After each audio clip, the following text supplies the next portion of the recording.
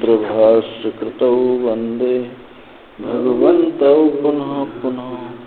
ईश्वरो गुरुरात्मेति मूर्तिभेदविभागिने व्योमवद्व्याप्तदेहाय दक्षिणामूर्तये नमः।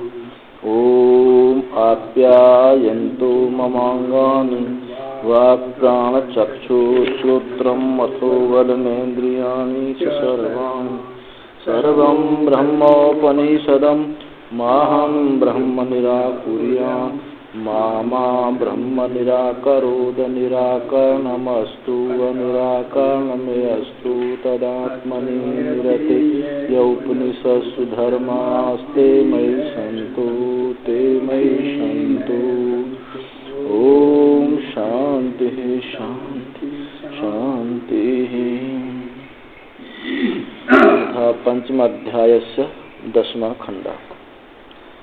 तद य इत्थं विदुः ये चेमेरण्ये श्रद्धा तप इति उपासते ते अर्चिसम् अभिसंभवन्ति। अर्चिसो अहर अहना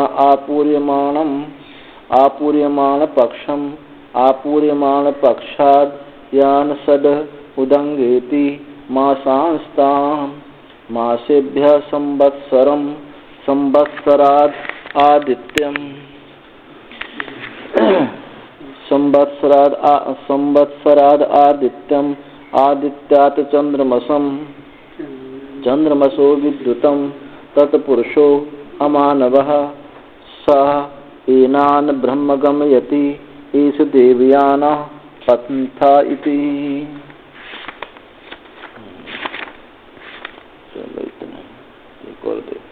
अथ या इमे ग्रामा इष्टा पूर्ते दत्तमिति उपासते ते धूमम् अभिसंभवन्ति। धूमाद् रात्रे अपरपक्षम् अपरपक्षाद् यान् सद्दक्षिणेति मासांस्तानेति तान् एते संवत्सरम् अभिप्राप्नुवन्ति। मासेभ्यः पितृलोकं पितृलोकाद् आकाशम् आकाशचन्द्रमसम् एष सोमो राजा तद्देवानाम् अन्नं तं देवा भक्षयन्ति। तस्मिन् यावत् सम्पातम् उषित्वा अथा एतम् एव ध्वानं पुनर्निवर्तन्ते। यथेतम् आकाशम् आकाशाद् वायुर्भूत्वा धूमो भवति धूमोर्भूत्वा अभ्रं भवति।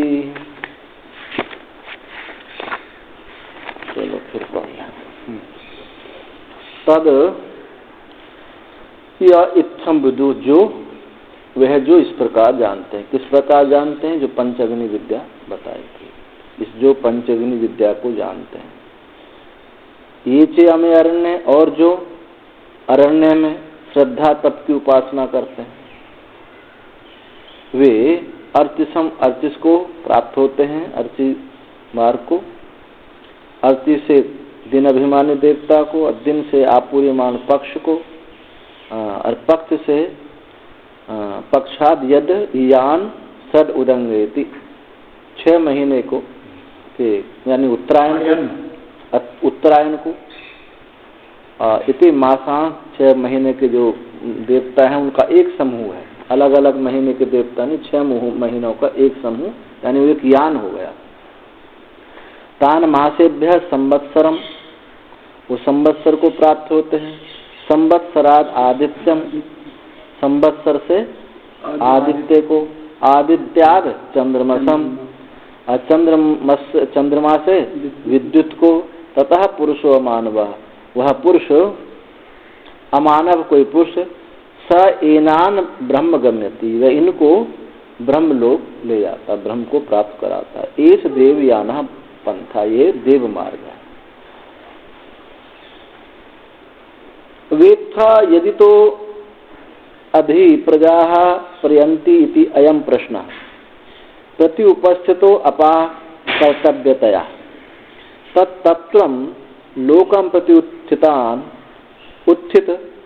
उत्थितानाम् अधिकृतानां ग्रह मेधिनां या इत्थम एवं यथोक्तम पंचाग्नि दर्शनम द्विलोकादि अग्निभ्यो वयम क्रमेण जाता अग्निस्वरूपा पंचाग्नि आत्माना इत्येवं विदुर्विजानीयुः। जो प्रश्न पूछा था, पहला प्रश्न तो पूछा कि मर करके ये कहाँ जाते हैं, दूसरा पूछा था लौट के कैसे आते हैं, तीसरा पूछा था कि वो भरता क्यों नहीं है, वो स्वर्ग भरता क्यों नहीं है, चौथा पूछा कि ये दोनों साथ साथ चलने वाले मार्ग कहाँ से अलगाव होते हैं, पांचवा पूछा था पंचम आहुति में ये जल जो है पुरुष कैसे हो जाता है। ये 5 प्रश्न, तो पांचवें प्रश्न का पहले उत्तर दिया। क्यों दिया? क्योंकि 5वें प्रश्न का उत्तर देने से उसमें आना भी आ जाता है, जाने की प्रक्रिया भी समझ में आ जाती है, तो सुगमता होने की वजह से पहले 5वें प्रश्न का उत्तर दिया। अब बताते हैं तद वेत यदि तुम जानते हो, ये जो प्रश्न पूछा कि प्रजा मर करके कहाँ जाती है, क्या तुम जानते? एक प्रश्न था, पहला प्रश्न था प्रति उपस्थितो अपा कर्तव्यतया, इसका अपा का निराकरण करना चाहिए। लोकम तत्र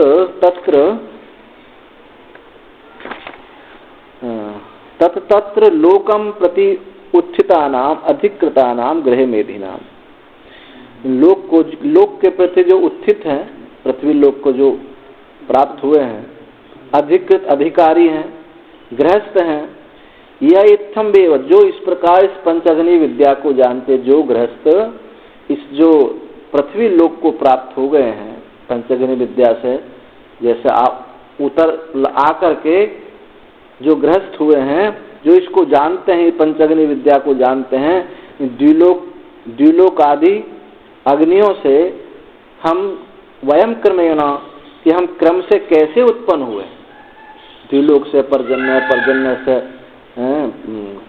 पृथ्वी से पुरुष, पुरुष से योषित स्त्री, ऐसे जो द्विलोक आदि अग्नि से हम क्रम से जो उत्पन्न हुए हैं, अग्नि स्वरूपा, हम अग्नि स्वरूप हुए हैं। पंचाग्नि आत्मान, इस पंचाग्नि में उनका जो स्वरूप हो गया, ऐसा जो जानते हैं अपने को कि मैं पंचाग्नि स्वरूप हूँ, ऐसे जो जानते हैं, ये गृहस्थ है। पंचअग्नि विद्या को, इनको भी, इन गृहस्थों को भी उत्तरायण का मार्ग प्राप्त होता है। अब शंका करते, कथम अवगम्यते इत्थम विदुहु इति गृहस्था एव उच्यन्ते नान्या इति, ये कैसे कहते हो कि इत्थम विदु जो मंत्र में दिया है, इत्थम विदु, इससे ये गृहस्थ ही कहे गए हैं, अन्य नहीं। भाई ब्रह्मचारी हैं, वानप्रस्थ हैं, ये इनको कैसे नहीं कहा कि गृहस्थों की क्यों कहा?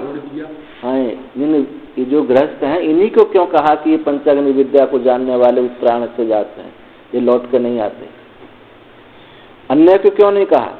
तो समाधान करते हैं, गृहस्थानाम ये तो अनित्यविद केवल इष्टापूर्त दत्त परास्ते धूमादिना चंद्रम गच्छन्ति इति वक्ष्यति। आगे मंत्र आएगा, जो कर्मी हैं वो दक्षिण मार्ग से जाते हैं और लौट के आते हैं।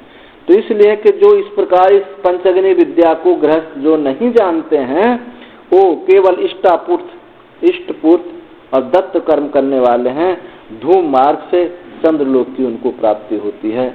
ये आगे के मंत्र में बताया गया, इसलिए उससे विविक्त करने के लिए इत्थम विदु ऐसा कह रहे हैं कि ये गृहस्थों के लिए हैं जो पंचअग्नि विद्या को जानने वाले। ये च अरण्य उपलक्षिता वैखानसः परिव्राजकाश्च श्रद्धा तपिति उपासते। यदि कोई ऐसा समझने लगे, तेषाम चेत इत्थम विधि सहज सह अर्चि आदिना गमनम वक्ष्यति परिशेषात् अग्निहोत्र आहुति संबंधाच्च गृहस्था एव गृह्यन्ते इत्थम विदु।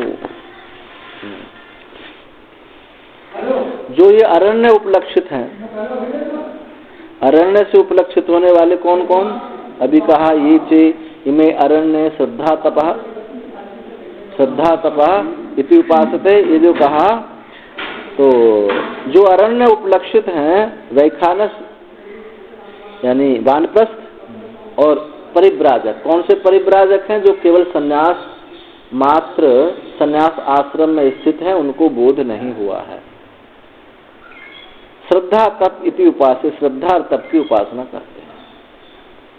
तेषां च एत, उनका यदि इत्थम विद भी, इस प्रकार जानने वाले सहचारी सह अर्ची आदिना गमनम बक्षति, उनका जो है आगे बताएंगे कि वो अर्ची मार्ग से ये लोग जाते हैं।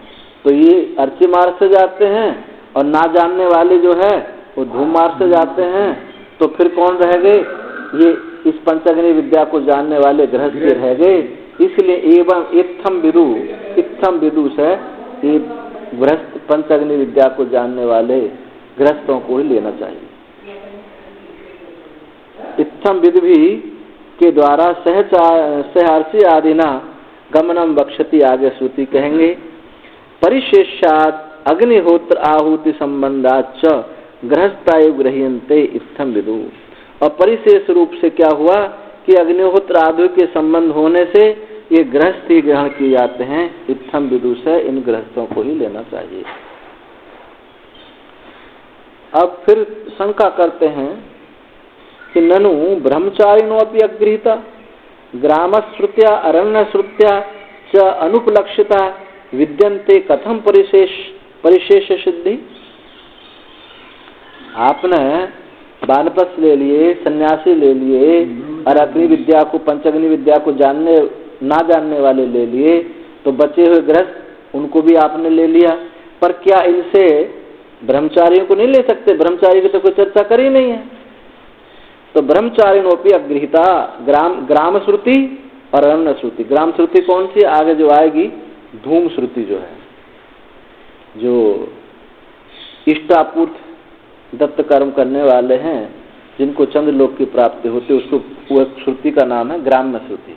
ऐसे समझने के लिए विद्वानों ने श्रुतियों के नाम रख दिए हैं। तो ग्राम्य श्रुति और अरण्य श्रुति कौन सी है? ये अभी जो बताई थी कि चे अरण्य श्रद्धा तपाइति उपासते। तो अरण्य श्रुति और ग्राम्य श्रुति से जो अनुपलक्षिता, जो उपलक्षित नहीं हुए हैं, ब्रह्मचारी भी तो गृहित नहीं हुए हैं, तो इत्थम विदु से ब्रह्मचारी क्यों नहीं ले सकते? कथम परिशेष सिद्धि। परिशेष आपने कहा कि अभी बचे वो गृहस्थी बचे, इसलिए इत्थम विदु से गृहस्थों को लें। तो कहते हैं ये जो बात कही नहीं से दोष है, ये ऐसा बात ठीक नहीं है, इसमें कोई दोष नहीं है। क्योंकि प्राण स्मृति प्रामाण्याद ऊर्ध्वरेत्साम नैष्ठिक ब्रह्मचारी नाम उत्तरायण अर्यमन पंथा भविष्य प्रसिद्ध। पुराण स्मृति के प्रमाण से ऊर्ध्वरेत साम, जो ऊर्ध्वरेत नैष्ठिक ब्रह्मचारी हैं, ब्रह्मचारियों का उत्तरायण मार्ग से अर्यमन पथा यानी सूर्य मार्ग प्रसिद्ध ही है। पुराणों में स्मृतियों में ये ब्रह्मचारी को भी सूर्य मार्ग का, और श्लोक हमको एक याद नहीं है। द्वाविमो पुरुषो लोके सूर्य मंडल भेद ने चाहता, ऐसा है उसमें कि दो लोग इस सूर्य मंडल का भेदन करते हैं। कौन? एक तो है शूरवीर, रण के सम्मुख सामने शत्रु के सम्मुख क्षत्रिय को भी ये गति बताई है कि दुश्मन के सामने जो सामने से बाण खाते अपने शरीर छोड़ता है, उसको भी सूर्य मंडल का भेदन करके वो भी जाता है, वो भी उत्तरायण मार्ग हो जाता है। उसके लिए भी कहा। तो वहां तो इसका प्रसंग नहीं है, पर प्रसंग से बता दे बात। तो पुराण इतिहासों में उद्रेता ब्रह्मचारियों के लिए भी ये उत्तरायण मार्ग प्रसिद्ध है। अतः ते भी अरण्यवासी भी सहगमिष्यन्ते, इसलिए उनको भी अरण्यवासियों के साथ ही उनको भी लगाओ।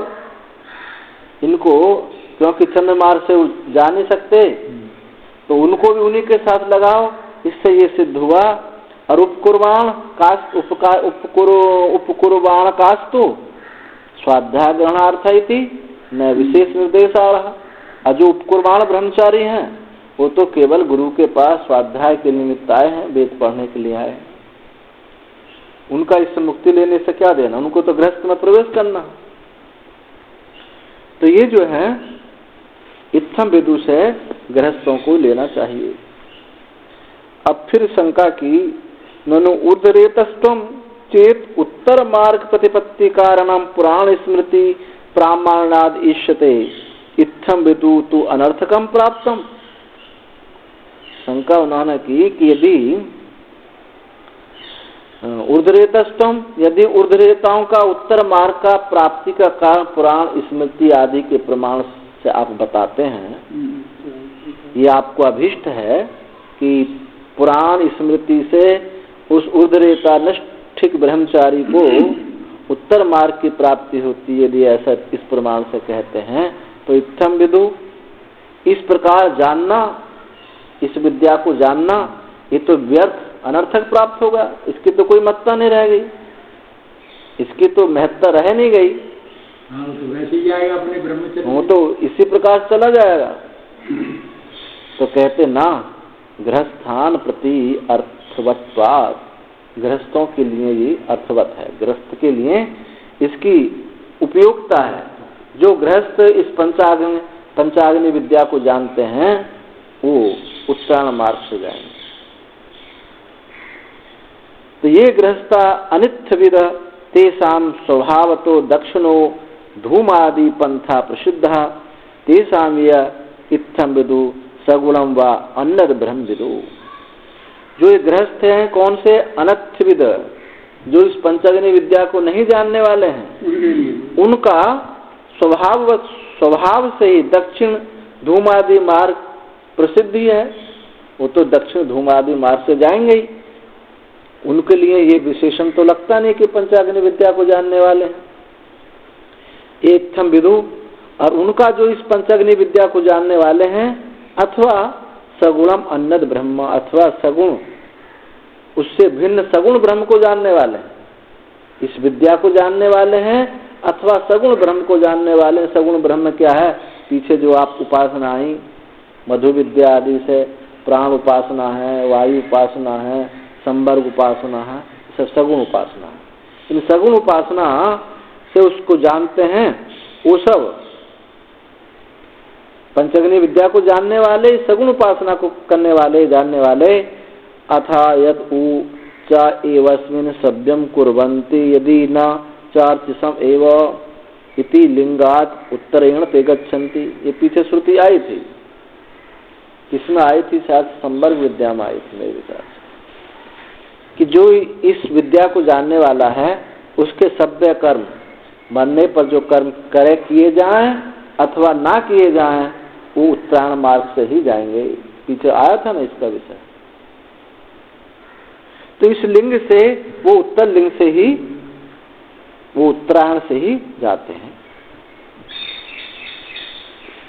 फिर शंका करते हैं कि ननु ऊर्ध्वरेतसाम गृहस्थानाम च समान आश्रमित्व ऊर्ध्वरेतसाम एव उत्तरायण पथागमनम न गृहस्थानाम इति न युक्तम अग्निहोत्रादि वैदिक कर्म बाहुल्ये च सति। कि आपने बताया कि जो इस विद्या को जानने वाले हैं वो गृहस्थ भी जाएंगे उत्तरायण से, नैष्ठिक ब्रह्मचारी भी जाएंगे, और सन्यासी और वानप्रस्थ भी जाएंगे। जो इस विद्या को नहीं जानते हैं वो धूम मार्ग से जाने वाले हैं। और तो फिर ये प्रश्न किया कि ऊर्ध्वरेत का जो नैष्ठिक ब्रह्मचारी हैं और गृहस्थ हैं, इनके आश्रम तो समान है, आश्रमित समान, दोनों में आश्रम समान है।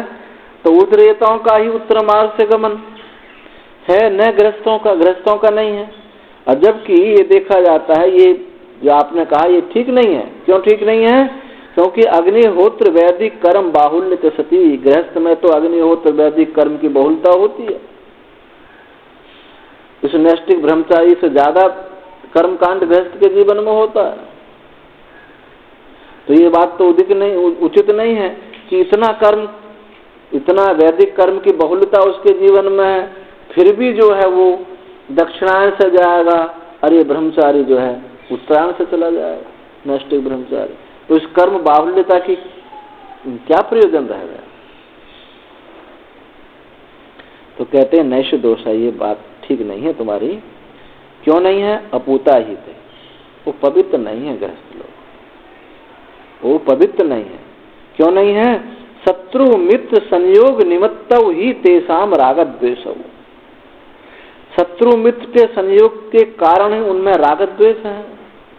अब गृहस्थ आश्रम में द्वेष तो बने ही रहते हैं, ये छोटा है बड़ा है पड़ोसी अड़ोसी सबसे बने रहते हैं। तो शत्रु मित्र संयोग निमित्तौ राग द्वेषौ ही तेषाम, उनके राग द्वेष हैं शत्रु मित्रता के कारण। तथा और भी धर्माधर्मौ हिंसा अनुग्रह निमित्तौ, और हिंसा और अनुग्रह के निमित्त उनमें धर्म अधर्म भी है। ये ऐसा हो ही नहीं सकता व्यवहार में कि कोई किसी के प्रति हिंसा ना हो, जाने में अनजाने में हिंसा हो जाती है। हिंसा अनृत माया ब्रह्मचर्य आदि च बहु अशुद्धि कारणम अपरिहार्यम तेषाम। हिंसा है, अनृत माया है, झूठ कपट है, यानी जो पति पत्नी से छुपाता है पत्नी पति से छुपाती है, यहाँ इतने तक भी देखा जाता है। तो अनृत माया ब्रह्मचर्य आदि, जीवन में ब्रह्मचर्य का पालन नहीं है, तो बहुत सारे अशुद्धि के कारण उन हैं गृहस्थ आश्रम में, कर्म की बाहुल्यता होने पर भी तो अपरिहार्य उनको निवृत्त नहीं किया जा सकता। अतो अपूता, इसीलिए वो पवित्र नहीं। और यहाँ तक कि छोड़ो, जब भगवान ही आते हैं तो भगवान को क्या कहा? माया कपट मानुषः, माया मनुष्य, माया से बना हुआ मनुष्य, तो माया छल कपट तो जो शुद्ध परमात्मा है अवतार लेता, वहां भी उसके जीवन में दिखाई देती है। तो अतो अपूता, वो पवित्र नहीं है।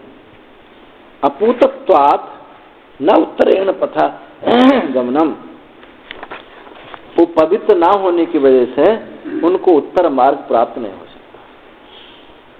हिंसा अनृत माया ब्रह्मचर्य आदि परिहाराच्च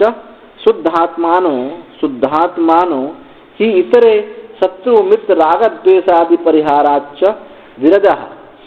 विरजस तेषाम युक्त उत्तर पंथा। जो हिंसा अनृत यानी अब ब्रह्मचर्य की निवृत्ति है, जहाँ हिंसा नहीं है, झूठ छल झूठ कपट नहीं है और ब्रह्मचर्य का पालन है, ऐसे शुद्धात्मा होकर के अंतःकरण शुद्धांतःकरण होते हुए दूसरे जो, और दूसरे कौन है? ये तो ब्रह्मचारी, और दूसरे इतरे से लिया है वानप्रस्थ और संन्यास आश्रमी। वो तो शत्रु मित्र राग द्वेष आदि के परिहार हो जाने से वो विरजसः, वो रज से विगत रजः, जिसका रज जो है विगत हो गया, छूट गया है, उनका ये उत्तर मार्ग है। तथा च पौराणिका, अब पुराण में भी ऐसा कहा है। क्या कहा? ये प्रजामीसरे धीरा ते शमशानानि भेजिरे, ये प्रजामीसरे धीरा ते अमृतत्वम भेजिरे। जो प्रजाम ईसरे अधीरा, जो अधीर हैं, जो प्रजा की इच्छा चाहते हैं, संतान उत्पत्ति करना चाहते हैं, ते शमशानानि भेजिरे, वो शमशान को जाते हैं।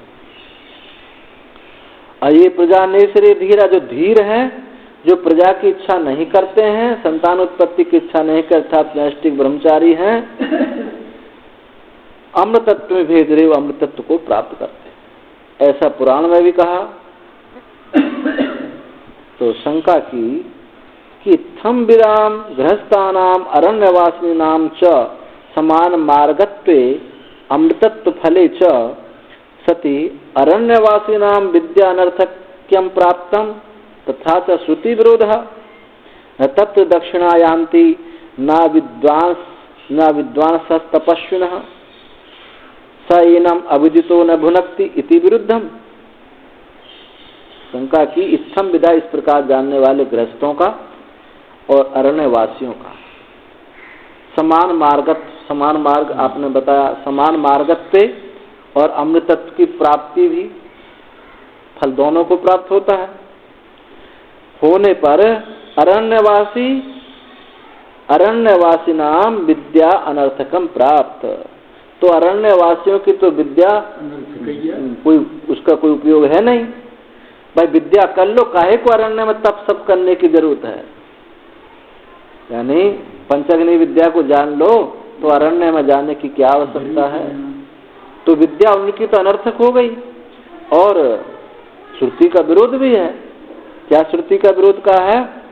न तत्व दक्षिणायान्ति, वहां दक्षिण मार्ग वाले नहीं जाते हैं और न अविद्वान सा न अज्ञानी जाते हैं। आपको यहाँ अरण्यवासियों को आप पंचग्नि विद्या कहाँ कह रहे हैं? पंचग्नि विद्या नहीं जानने वाले और जानने वाले गृहस्थ भी जाते हैं। तो वहां जो अज्ञानी और तपस्वी नहीं जाते, अज्ञानी तपस्वी नहीं जाते, और दक्षिण मार्ग को जाने वाले नहीं जाते। और भी श्रुति कही, सैनम अविदितो न भुनक्ति, जो इस प्रकार नहीं जानते उनकी मुक्ति नहीं होती है। अभी जो श्रुति कहाँ लक्षित कर रही है? ये शुद्ध ब्रह्म की तरफ से कही जा रही है। ये जो श्रुति है ये उत्तरायण मार्ग की तरफ से नहीं कही जा रही है, परंतु वो समझ रहा है शंका करने वाला कि इन श्रुतियों को उत्तरायण मार्ग की तरफ से जोड़ो। पर ये श्रुति है शुद्ध ज्ञान की बात है, ये ज्ञेय ब्रह्म की दृष्टि से ले गई हैं, ध्येय ब्रह्म की दृष्टि से नहीं। वो ऐसा समझता है। तो आगे भगवान उत्तर देंगे, ऐसा कहना तुम्हारा ठीक नहीं है। आभूत संपलव स्थानस्य अमृतत्वेन विवक्षित्वात्, ये जो उत्तरायण मार्ग से जाने वाले हैं ये सद्यो मुक्त नहीं होते हैं, इनकी गति है। हम गति की बात कह रहे हैं। तो आभूत संपलव स्थानस्य अमृतत्वेन, यानी ये प्रलय की अपेक्षा से अमृतत्व का विवक्षा है। ये प्रलय की अपेक्षा से, जब प्रलय काल में सब जो है मुक्त हो जाते हैं लेकिन फिर भी लौट के आते हैं, उससे विवक्षा है। तत्रैव उक्तम, और वही पुराणों के द्वारा भी कहा गया, आभूत संपलव स्थानम अमृतत्वम भासते। आभूत संपलव यानी प्रलय की स्थान को प्राप्त हुए अमृतत्व को प्राप्त हो जाते हैं। तो यह आत्यांतिक अमृतत्व की बात नहीं कही है, ये आपेक्षिक अमृतत्व की बात की गई है। इन श्रुतियों को जो तुमने दृष्टांत दिया, उदाहरण दी है, ये उस अमृतत्व की दृष्टि से, शुद्ध विद्या की दृष्टि से नहीं कही गई। यच्च आत्यांतिक अमृतत्वम तदपेक्षया न तत् दक्षिणायान्ति सैनम अविदितो न भुनक्ति इत्यादि श्रुतयः इति अतो न विरोधः। और जो आत्यांतिक अमृतत्व है उसकी अपेक्षा से न तत्व दक्षिणायान्ति, ये जो भी श्रुति बोली थी, ये इनम विदो न भुनक्ति इत्यादि श्रुति कही गई हैं, इसलिए कोई विरोध नहीं है। तो तुमने कहा कि विरोध होगा इन श्रुतियों का, विद्या ना जानने वाले को ये उत्तरायण मार्ग प्राप्त नहीं होगा, इस विद्या को नहीं जाने नैष्ठिक ब्रह्मचारी वानप्रस्थ सन्यासी, तो उनको वो प्राप्त नहीं होगा, क्योंकि जानने से होता है। तो जानने वाली बात यह है, शुद्ध ब्रह्म की दृष्टि से कही गई है। यहाँ तो आश्रम विशेष, क्योंकि वहाँ पवित्रता है, गृहस्थ में पवित्रता नहीं है। जो आश्रम विशेष में जाएगा ही तब जब वो पवित्र होगा। हाँ, तो क्योंकि वहाँ स्त्री संग नहीं है, छल कपट नहीं है, नैष्ठिक ब्रह्मचारी वानप्रस्थ आदि में, तो उस पवित्रता के बल से उत्तरायण मार्ग को जाता है। और इस पंचअग्नि विद्या से भी गृहस्थ की पवित्रता होती है, उसको इस गृहस्थ आश्रम से वैराग्य हो जाता है। पंचअग्नि विद्या किसके लिए है? वैराग्य कराने के लिए है, कोई अग्निहोत्र आदि इसमें नहीं है। इसलिए वो पंचअग्नि विद्या को जानने वाला गृहस्थ भी उत्तरायण मार्ग से जाता है। जैसा कि नैष्ठिक ब्रह्मचारी संन्यास आश्रम और वानप्रस्थ जाते हैं। फिर शंका की, न च पुनरावर्तते इति इमं मानवम आवृतम नावर्तते इत्यादि श्रुति विरोधा चेत। ये जो श्रुति कही है इसमें कि न च पुनरावर्तते, उसका पुनरावर्तन नहीं होता, इति इमं मानव आवृतम, इस मानव आवर्त को लौट के नहीं आता। इसी उत्तरायण की फलश्रुति में कहा है, इस मानव आवर्तन को, मानव लोक को लौट के नहीं आता, उसका पुनरागमन नहीं होता। तो ये श्रुति तो विरोध हो जाएगी। आप तो आपेक्षिक अमृत कह रहे हैं, आपेक्षिक अमृत में तो लौट कर आएगा, और यहाँ श्रुति कह रही कि लौट कर नहीं आता है। इत्यादि श्रुतियों का विरोध यदि है तो कहते हैं ऐसा कहना तुम्हारा ठीक नहीं है। इमं मानवमिति विशेषणात् तेषां इह न पुनरावृत्ति अस्ति। इन श्रुतियों में क्या कहा है, इस मानव लोक को यहाँ इह और इमम शब्दों का प्रयोग, आगे मंत्र आएगा देखना उसमें, इमम और इह दो शब्दों का प्रयोग किया कि इस लोक में नहीं आता है लौटकर, इस मानव आवर्तन नहीं होता है, यहाँ लौट के नहीं आता है, तो इह शब्द और इमम शब्द व्यर्थ हो जाएंगे। अगर यही कहा जाता ना सा पुनरावर्तते ना सा पुनरावर्तते, तब तो बात ठीक थी। पर यहाँ तो ये कह रहे हैं कि इस मानव लोक को लौट कर नहीं आता, यहाँ लौट कर नहीं आता। अब इससे कुछ संदेह हो जाता है इस बात। इमं मानवमिति विशेषणात् तेषां इह न पुनरावृत्ति अस्ति। इस मानव लोक को ऐसी श्रुति इस विशेषण से उनका यहाँ पुनरावर्तन नहीं होता। इति च यदि ही एकांतेनैव नावर्तिरन् इमं मानवम् इह इति च विशेषण अनर्थकम स्यात्। यदि वे एकांत निश्चित रूप से उसका आवर्तन ना होता, यदि वो निश्चित रूप से उसका आवर्तन लौटना ना होता, तो इमम मानवम और इह ये दो विशेषण अनर्थक हो जाएंगे, इनकी कोई महत्ता नहीं रह जाएगी। ना सा पुनरावर्तते ना सा पुनरावर्ते इतना ही कहते, पर इस मानव लोक को लौट कर नहीं आता, यहाँ उसका पुनरागमन नहीं होता, ये दोनों विशेषण व्यर्थ हो जाएंगे। इमम इह इति आकृति मात्र मुच्यते इति चेत, यदि तुम ऐसा कहते हो कि इमम शब्द और यह शब्द ये आकृति मात्र है, इस मनुष्य की आकृति लोक की आकृति को, मनुष्य आकृति को लेकर के कह दिया है कि भैया यहाँ नहीं आता, तो इस मनुष्य आकृति को, लोक आकृति को लेकर के कहा जा रहा है, पर ऐसा नहीं है कि लौट के ही आता है। यदि तुम ऐसा कहते तो ये बात ठीक नहीं है, क्योंकि अनावृत्ति शब्द नहीं, वो नित्य अनावृत्ति अर्थस्य प्रतीकत्वात् आकृति कल्पना अनर्थिका। अनावृत्ति शब्द से ही नित्य अनावृत्ति अर्थ का प्रतीत हो जाता, अनावृत्ति शब्द से ही नित्य अनावृत्ति अर्थ की प्रतीति होती। तो आकृति कल्पना अनर्थिका, तो आकृति जो कल्पना है इह और ये इमम मानव कहा, ये व्यर्थ है, अनर्थिका, इसका कोई अर्थ नहीं रह जाता। जो अनावृत्ति शब्द से ही नित्य अनावृत्ति अर्थ का प्रतीति हो जाती, तो ये जो कल्पना की गई है, आकृति कल्पना की गई है, ये व्यर्थ थी। अतः इमम इह इति च विशेषण अर्थवत्वाय अन्यत्र आकृति कल्पनीया। इसलिए इमम और इह इन विशेषणवत, इस विशेषणता के लिए अन्य आकृति की कल्पना करनी चाहिए। इस जो विशेषण दिया है ये इमम और यह, इससे अन्य आकृति की कल्पना करनी चाहिए। ठीक है, इस लोक की कल्पना नहीं, क्योंकि अगर ये ना शब्द होते तो ये कहा जाता लौट के निश्चित रूप से नहीं आता। जब ये कहा जा रहा है कि इमम यह कहा जा रहा है, तो इनके द्वारा इस लोक की कल्पना मत करो, फिर दूसरे लोक की कल्पना करनी पड़ेगी।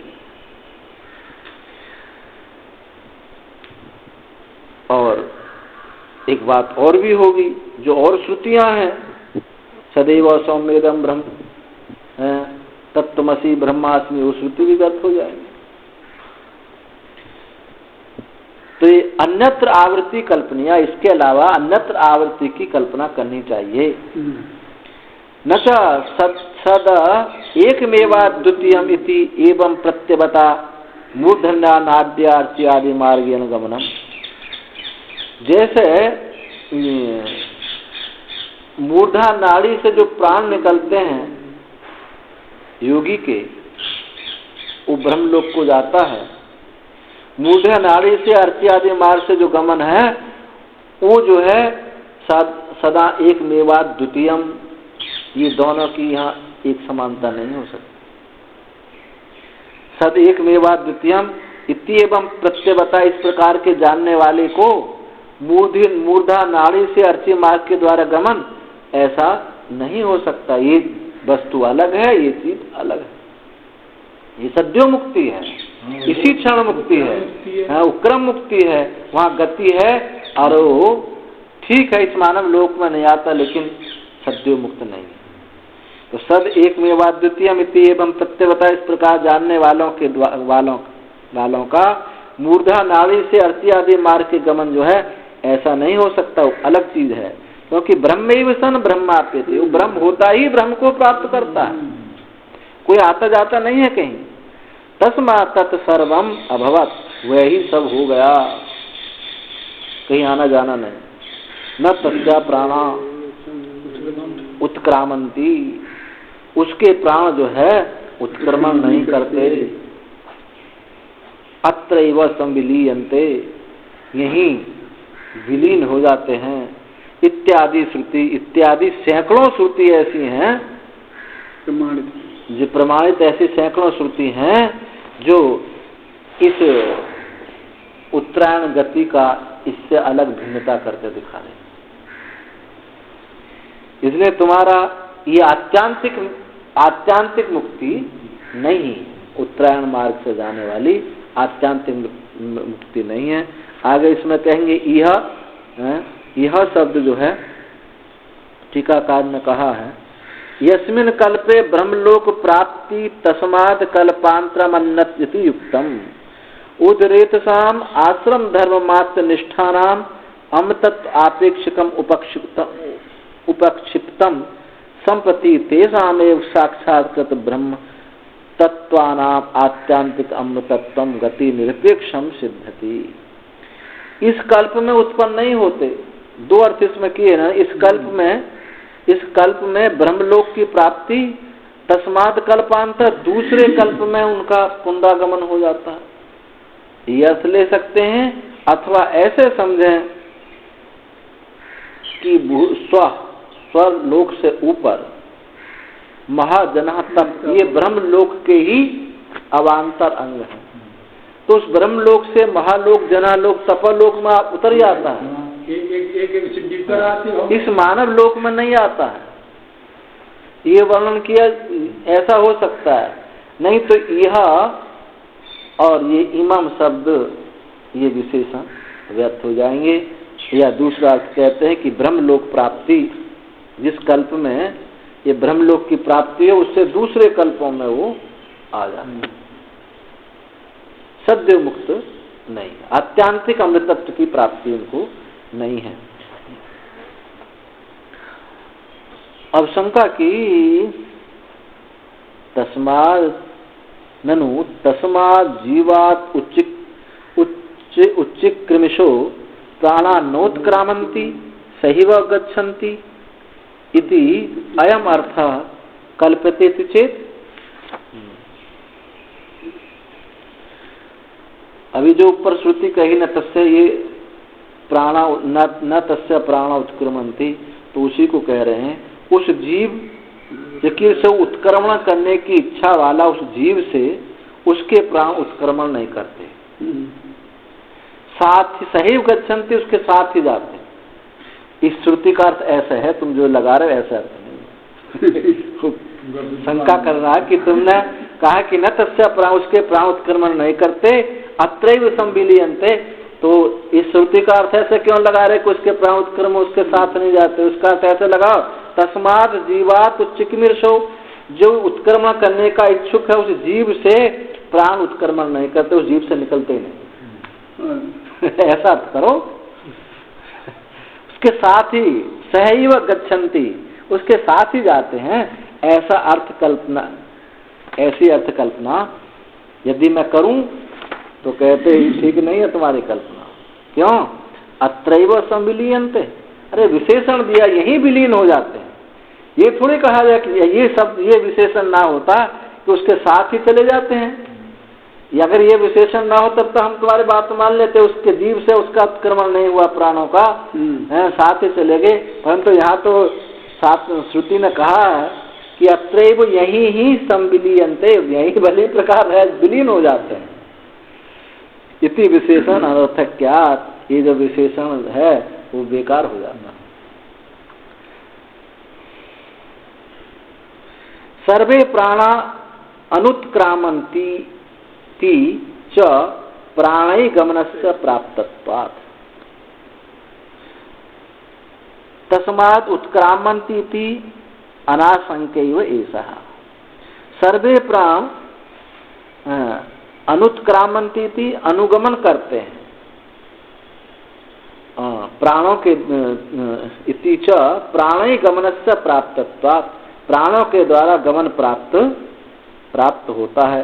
तो ऐसी जो तस्मात् उत्क्रामन्ति इति अनाशंक्यैव एषः, तो ऐसी शंका का स्थान नहीं रहता। सर्वे प्राण उसके अनुगमन करते हैं, ऐसा जो है प्राणों के द्वारा गमन जो प्राप्त होता है, ये जो तो ऐसा तुमने जो कहा है तस्मात् उत्क्रामन्ति, उसके साथ ही विलीन करते हैं, तो ऐसी शंका नहीं की जा सकती इस विशेषण के माध्यम से। यद्यपि मोक्ष से संसार गति वैलक्षण्यात् प्राणानाम जीवेन सह आगमन आशंका तस्मान् न उत्क्रामन्ति इति उच्यन्ते। यद्यपि मोक्ष का संसार गति वैलक्षणात्, जो मोक्ष है संसार गति से विलक्षण है, मोक्ष से संसार गति वैलक्षण्यात् प्राणानाम जीवेन से प्राणों का जीव के साथ ही जब गमन की आशंका है, तस्मात् न उत्क्रामन्ति, जो कहा कि उसका उत्क्रमण नहीं करता, जो कहा गया, तथापि अत्रैव संविलीयन्ते, वो भी जो शंका तुमको है कि साथ जाने वाले, तो यहाँ श्रुति ने कहा कि संविलीयन्ते, यही वो विलीन हो जाते हैं, ऐसा विशेषण अनर्थक ही होगा, ऐसा नहीं कहा जा सकता। न च प्राणै वियुक्तस्य गति उपपद्यते जीवत्वम्, और भी प्राणों के द्वारा वियुक्त जीव की गति नहीं हो सकती। जीव जो है बिना प्राणों के वो गतिमान नहीं हो सकता। सर्वगतत्वात् सदात्मनो निरवयवत्वात् प्राण संबंध मात्रमेव ही अग्नि विस्फुलिंगावत जीवत्व भेद कारणमिति, अतः तद वियोगे जीवत्वं गतिर्वा न शक्या परिकल्पितम् श्रुतश्च चेत प्रमाणम। ना ऐसी ही कल्पना की जा सकती है सदात्मना, ना ऐसी ही कल्पना की जा सकती है कि सदात्मा और सर्वगत का, सदात्मा सर्वगत का निरवयवत्वात्, निरवयव होने के कारण प्राण संबंध मात्र ही है, उसका प्राण के साथ संबंध है।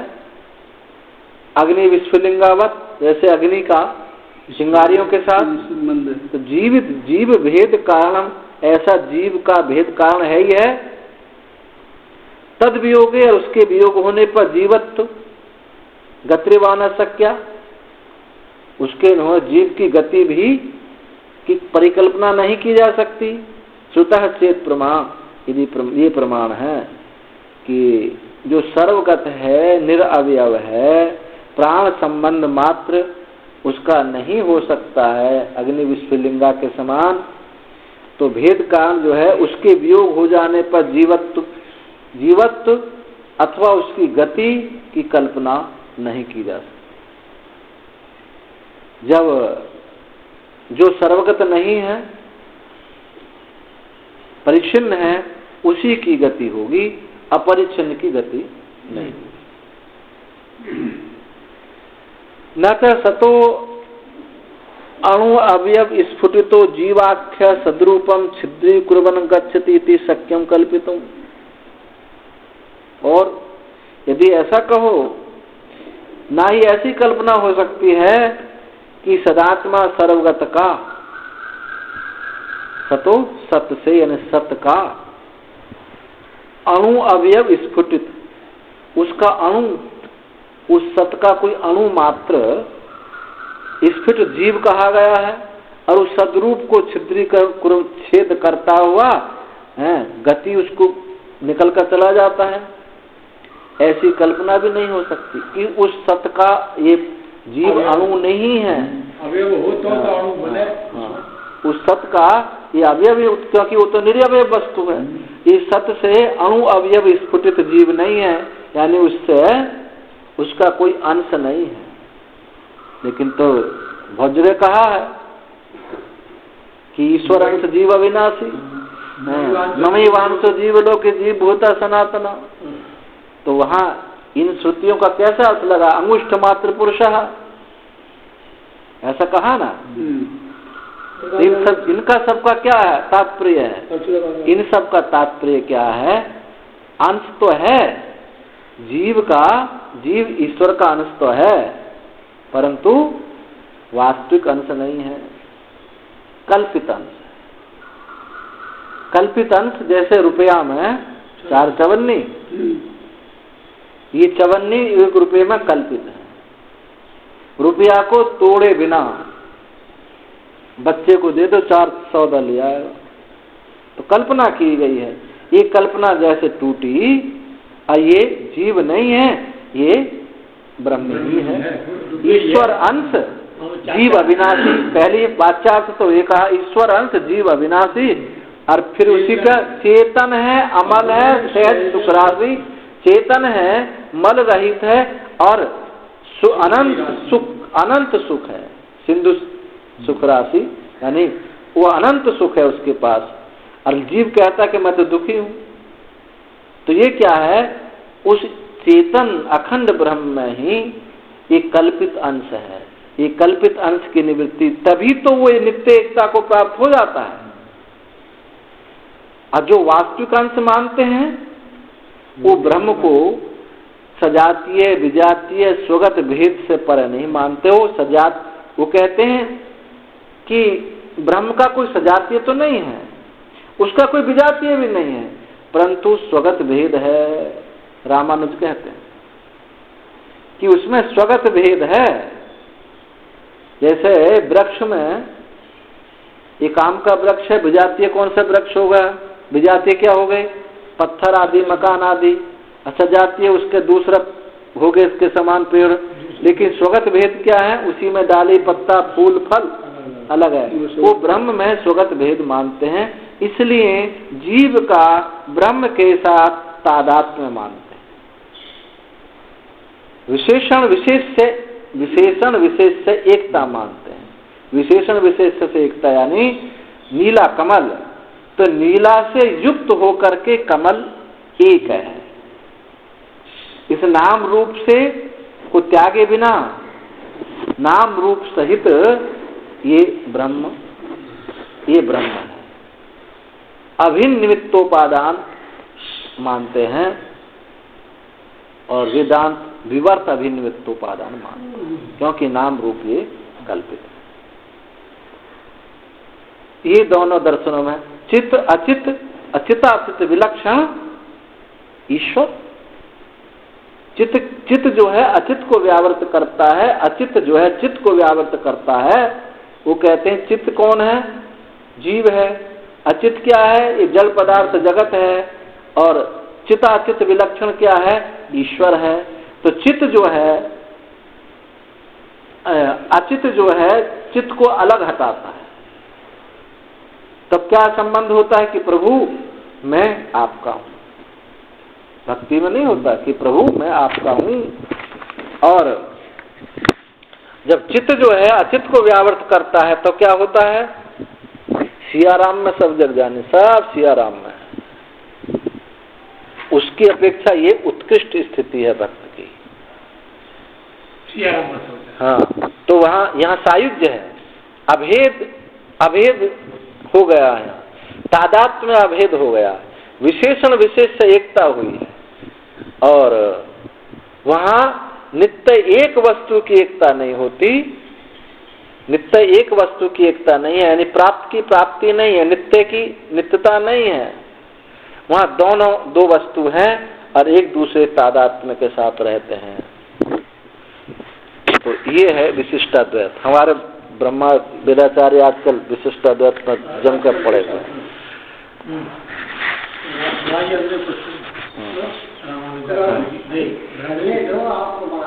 नचा सतो अणु अवयव स्फुटितो, वो सत से अणु अवयव, सत का जो है अणु अवयव जीव नहीं है जो छेद करके निकल जाए, कल्पना छेद करके ब्रह्मांड को, इसको ब्रह्मरथ को निकल के जो चला जाए, अरे भाई वो तो वही है। तस्मात् इसलिए तयो ऊर्ध्वम आयन्नम अमृतम तुमेत अमृतत्वमेति इति सगुण ब्रह्मोपासकस्य प्राणैः नाड्यागमनम सापेक्षमेव च अमृतत्वम न साक्षान् मोक्षयति गम्यते।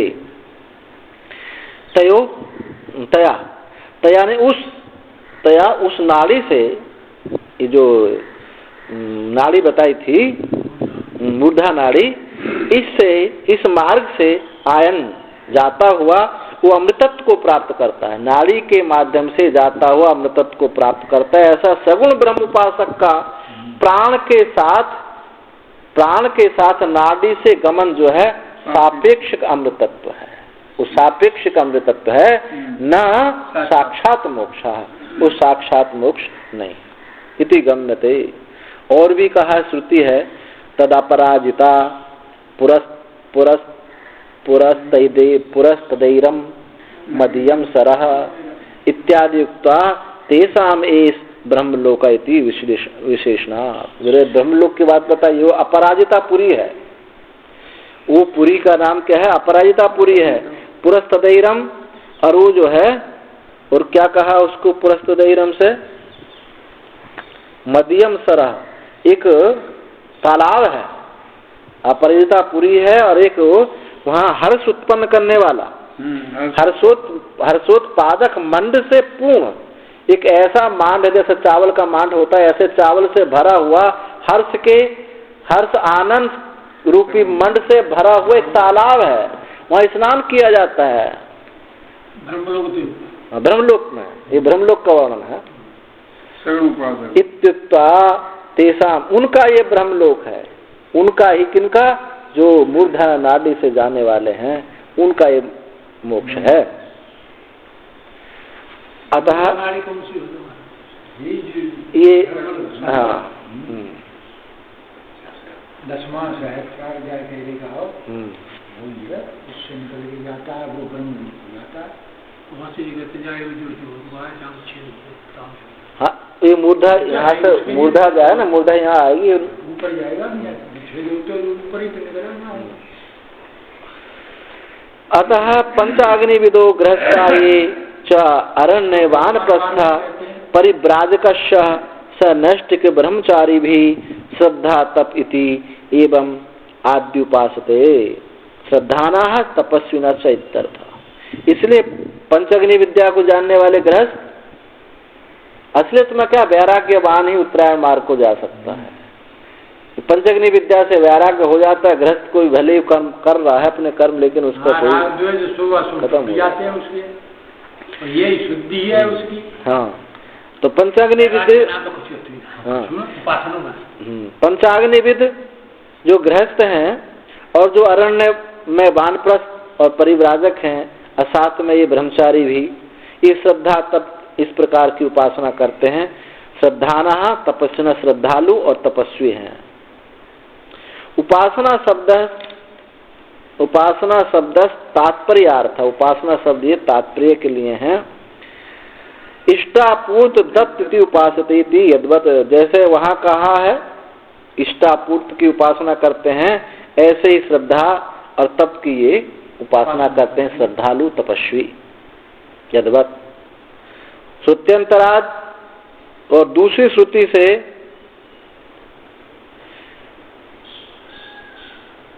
ये च सत्यम ब्रह्म हिरण्यगर्भाख्यम उपासते ते सर्वम अर्चिसम अभिमानिनः देवताम अभिसंभवन्ति प्रतिपाद्यन्ते। और एक दूसरी श्रुति है, यहाँ दिया नहीं है श्रुति कहाँ की है। दूसरी श्रुति से जो ये सत्य ब्रह्म हिरण्यगर्भ नामक सत्य ब्रह्म की जो उपासना करते हैं वे सब अर्ची अभिमानी देवता को प्राप्त होते हैं। समानम अन्यत चतुर्थ गति व्याख्यान। अभी जो मंत्र में कहा था कि वो अर्ची को प्राप्त होते हैं, अर्ची से दिन के अभिमानी देवता को, दिन अभिमानी देवता पक्ष अभिमानी, पक्ष से यान को, यान से फिर संवत्सर को पाक्ष होते हैं। ये पीछे ये बता चुके हैं। इसलिए आचार्य कहते हैं चतुर्थ गति व्याख्यान न समानम, ये इसकी कोई व्याख्या करने की आवश्यकता नहीं, उपकौशल विद्या में ये बता दिया। महाराज जी से कोई देखे गए, मतलब ऐसी है कुछ ऐसा बता रहा हूँ। अब देखो हमने तो कोई देखा नहीं है। हाँ, देखा एक देखा है। एक महात्मा थे राजस्थान में, वो उनका यहाँ खेत खुल गया था। ऐसे कुछ दिन पे उनका पहले से ये लपल यहाँ होती थी। हाँ, फिर जब उनका सही छूटा तो यहाँ ये फटा हुआ था, देखा था। हाँ, जब उनके प्राण निकले तो यहाँ से फटा हुआ था। इसके राम से नहीं संप्रदाय के संत थे। हाँ, ये इसमें है राजस्थान में। होने को तो राम सुखदास जी भी उसी संप्रदाय के थे, परंतु उनको ये सगुण उपासना को मानते थे उसी संप्रदाय के। चरणदास नाम के एक महात्मा हुए, चरणदास, उधर उनसे वो निर्गुण राम को मानते हैं। इसलिए वो जो रामचंद्र, अब वो तो मालूम नहीं कोई, पर ये रामचंद्र संप्रदाय जो है उनके यहाँ ये सगुण राम की उपासना नहीं, निर्गुण राम की उपासना करें। और बस ना आपके ग्रंथ भागवत आदि सब किसी को नहीं मानते। उन्हीं की जो वाणी है उसी को, जैसे सिख लोग मानते हैं, उसी वाणी का पाठ करते हैं। पर अब तो वहाँ भी सब छूट गया, वहाँ भी भागवत कथा हो रही है। कोई पैसा वैसा उससे मिलता नहीं वाणी से, भागवत का पैसा मिलता, वहाँ भी चल रही है। तो बस ऐसे करते रहेंगे, वो एक सांस में बोलते रहेंगे राम राम राम राम राम राम राम राम राम राम राम राम राम राम राम ऐसे बोलते रहते। राम सुखदास जी को भी आपने देखा होगा। नहीं, राम राम राम। तो उनके उसमें राम मंत्र है। हाँ, ऐसा सब। वो तो खैर वो तो राम से संप्रदाय दीक्षित जरूर थे, लेकिन वो तो गुरु थे, उनको तो सेठ जी थे। सेठ जी मतलब जयदयाल गोविंद का उनके शिष्य। ना, उनको गुरु मानते, राम सुखदास जी उनको गुरु मानते थे। अच्छे गीता प्रश्न थे ना वो। हाँ, उनको बहुत वो मानते थे। अच्छा, चलो प्रसंग बस होगी बात। तो ये एस देवयाना पंथा व्याख्याता, ये देवयान मार्ग की व्याख्या हो गई है। सत्यलोक अवसाना ना अंदाद बही। हाँ, ये देवयान मार्ग की व्याख्या हुई। सत्यलोक अवसाने, सत्यलोक पर्यंत इनका अवसान होता है। न अंडाद बही, इस ब्रह्मांड से बाहर नहीं जाते, इस ब्रह्मांड का अतिक्रमण वो नहीं कर पाते। यदंतरा पितरम मातरम च इति मंत्र वर्णात्, ये द्विलोक और पृथ्वी के मध्य में है। यदंतरा पितरम मातरम च, पिता कौन है? माता, पिता है द्विलोक और माता है पृथ्वी लोक।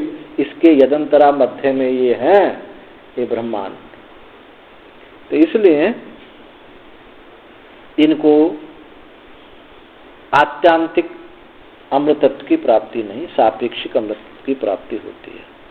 अब आगे जो मंत्र आया तीसरा, अथा यही में ग्रामा इष्टा पूर्ते दत्तमिति उपासते ते धूम भी संभवंती धूमाद रात्रि अपर पक्ष ये जो मंत्र है अभी धूम मार्ग से जाने वालों के लिए कहा। अथ इति अर्थांतर प्रस्तावना अर्थो अथ इति अर्थांतर इसके बाद प्रस्तावना के लिए ये कहा है। ये में गृहस्था ग्राम में, जो ग्राम में यानी गृहस्थ, जो गृहस्थ हैं वो जो अग्नि विद्या को नहीं जानने वाले हैं, वो जो गृहस्थ हैं ग्राम में थी गृहस्थानाम असाधारणम विशेषण, उनके गृहस्थों का सामान्य विशेषण है ग्राम में। जो जंगलवासी हैं, सन्यासी, ब्रह्म सन्यासी, वानप्रस्थ को अरण्य कहा है, तो ऐसे गृहस्थों को ग्राम में कहा है। तो ग्राम में थी गृहस्थानाम असाधारण विशेषणम, उनका ये विशेष विशेषण दिया है। अरण्यवासिभ्यो व्यावृत्तर्थम, ये अरण्यवासियों से अलग दिखाने के लिए ग्राम में विशेषण दिया है। यथा वानप्रस्थ परिव्राजका नाम अरण्यम विशेषणम गृहस्थेभ्यो व्यावृत्तर्थम तद्वत्, जैसे कि वानप्रस्थ परिव्राजक का अरण्य विशेषण दिया है गृहस्थ से अलग करके दिखाने के लिए, इसी प्रकार से ग्राम में भी दिया है। इष्टापूर्ते इष्टम अग्निहोत्रादि वैदिक कर्म, इष्ट क्या है? अग्निहोत्र आदि वैदिक कर्म, और पूर्त क्या है? कूप वापी कूप तड़ाग आराम आदि कारणम, कुआ खुदवाना, बावरी बनवाना, तालाब खुदवाना, धर्मशाला विश्रामालय बनवा देना, ये सब क्या है? पूर्त कर्म है। यानी दत्त बहिर्वेदी यथाशक्ति एभ्यो द्रव्य संभवागो दत्तम, और दत्त क्या है? देवी वेदी के बाहर, एक तो जब कोई यज्ञ होता है तो वेदी पर ही, तो वो तो दक्षिणा है। हाँ, वेदी पर दान तो दिया जाता है तो दान भी है, तो दान ही।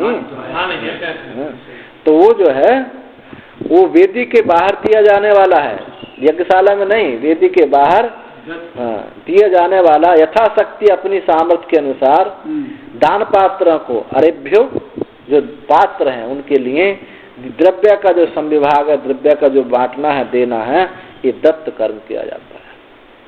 इत्येवं विधम परिचरण परित्राणादि उपासते, इति इस प्रकार, एवं विध इस प्रकार के,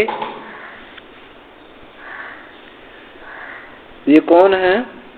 परिचरण परित्राणादि उपासते, जो गुरु सेवा और रक्षा आदि की जो उपासना करते हैं। इति शब्द से प्रकार प्रदर्शनार्थत्वात्, इति शब्द जो मंत्र में दिया है दत्तम इति शब्द जो है इस प्रकार को प्रदर्शन करने के लिए बताया गया है। ते दर्शन वर्जितत्वात् धूमाभिमानिना देवता भी संभवंती प्रतिपद्यन्ते। वो दर्शन वर्जित माने इसी पंचअग्नि विद्या से रहित अथवा नैष्ठिक ब्रह्मचारी वानप्रस्थ सन्यासी से रहित, दर्शन वर्जित है, धूम अभिमानी देवता को वो प्राप्त होते हैं। और क्रम है धूम से, वो संवत्सर को नहीं जाते, ये सीधे ही यान से ही कहाँ चले जाते हैं? चंद्रलोक को चले जाते हैं। चंद्रलोक को, फिर विद्युत को, नहीं आकाश को, ऐसे पहले इसमें दिया नहीं, मन पीछे रह गया।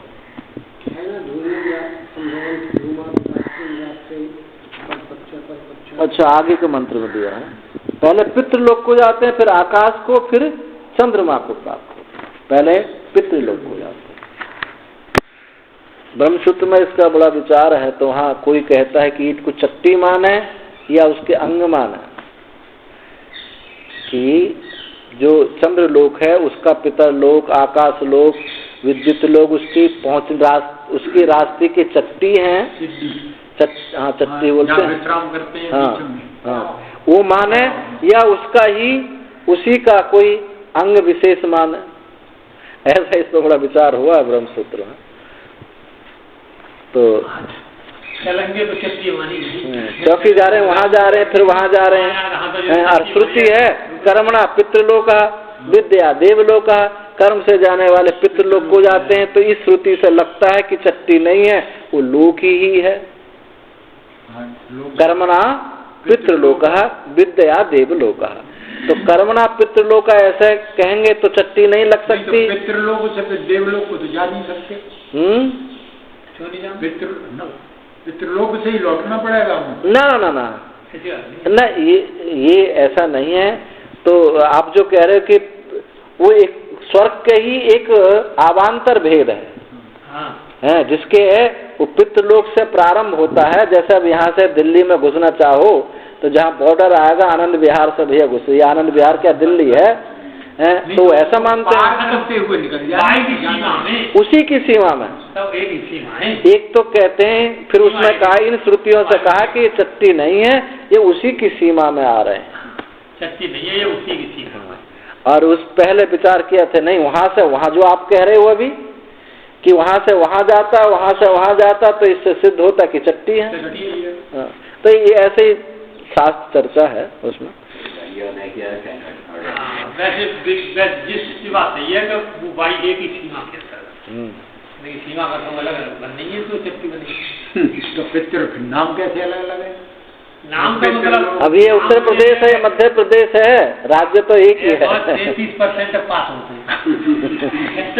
पास तो 99% हुआ है, लेकिन चलो आगे देखो। तया अतिवाहिता धूमाद रात्रि देवताम रात्रि अपर पक्ष देवताम। तया अतिवाहिता, ये अतिवाहिता क्यों? अतिवाहिक सूक्ष्म शरीर का नाम भी एक अतिवाहिक शरीर है ना, तो अतिवाहिता में ले जाने वाला, वाहन करने वाला, अतिवाहिता ले जाते हुए ये धूम से रात्रि अभिमानी देवता को, रात्रि देवता को, रात्रि से अपर पक्ष कृष्ण पक्ष देवता को, कृष्ण पक्ष अभिमानी से अपर पक्ष को, 6 महीने के जो यान है सदमासन दक्षिण 6 महीनों का जो यान है दक्षिणायन, दक्षिणा दिशा दिशम इति सविता, दक्षिणाम दिशम इति, जिसमें सूर्य दक्षिण को चलता है। तान मासान दक्षिणायन सदमास अभिमानी मानिनी देवता, और उन जो महीना है दक्षिणायन के जो दक्षिणायन के जो 6 महीने हैं, 6 महीनों का कि अभिमानी देवता को जाता है। प्रतिपद्यन्ते इत्यर्थ संघचारिणो ही सदमास देवता इति मासान इति बहुवचन प्रयोग हस्तासु। उनको बहुवचन का प्रयोग क्यों किया है? उसके लिए बहुवचन का प्रयोग क्यों किया है? इसलिए प्रयोग किया है कि वो जो 6 महीना संघचारिणो एक साथ विचरण करने वाले हैं, 6 महीना उनका एक संघ है, अलग अलग वो नहीं, अलग अलग देवता उनके नहीं है, उनके समूह का एक देवता है। 6 महीना वाले संघचारिण सदमास देवता इति मासानि बहुवचन प्रयोगासासु। नहीं ते कर्मिणः प्रकृता संवत्सरम संवत्सर अभिमानिनी देवताम अभी प्राप्नुवन्ति। ये जो कर्मी लोग हैं, इस प्रकृति जिसका ये अयन है, उस संवत्सर को ये प्राप्त नहीं होते। अब यहीं से ये जो व्याख्या आ रही है, कहाँ से विभाजन होता है? बस यहीं से विभाजन हो जाता है। साथ साथ चले जाओ ना, उत्तरायण से दक्षिणायन से, और जहाँ यान पर पहुंचे वो रास्ता फिर बिल्कुल अभिमानी देवता को तात्पर्य का है। अब जैसे दिन का अभिमानी देवता, रात्रि का अभिमानी देवता, हाँ, इसका देवता ये है कि जैसे कोई भी चीज है, सबका जो अधिष्ठात्री है वो उस देवता की बात कही जाए। जो अब जैसा आपने अपने ले लिए, ये शरीर है, ये तो पंचभूत का शरीर, हाथ पैर बना हुआ है, इसका देवता कौन है? इसके देवता चेतन है, ये राजपाल नाम का एक शरीर है, तो उसका अभिमान आप है कि ये मेरा है। ऐसे ही देवता का अभिमान, इस दिन का अभिमानी देवता है, रात के अभिमानी देवता है, सबके अभिमानी देवता है। तो जैसे जहाँ जी का चुना रात में नंबर है, चंद्र नंबर है ना, उससे कुछ वो तो अभिमान देवता जैसे हो। ये भी ब्रह्मसूत्र में चर्चा उठाई, ये प्रश्न उठाई, ये भी चर्चा उठाई थी वहाँ शंका की कि देखो पितामह भीष्म जो है उसमें सरसैया पर रहे उत्तरायण की प्रतीक्षा में, तो वहाँ आचार्य ने कहा कि ये पौराणिक है, पुराण जो है श्रुति के सामने छोटा पड़ जाता, गौण पड़ जाता।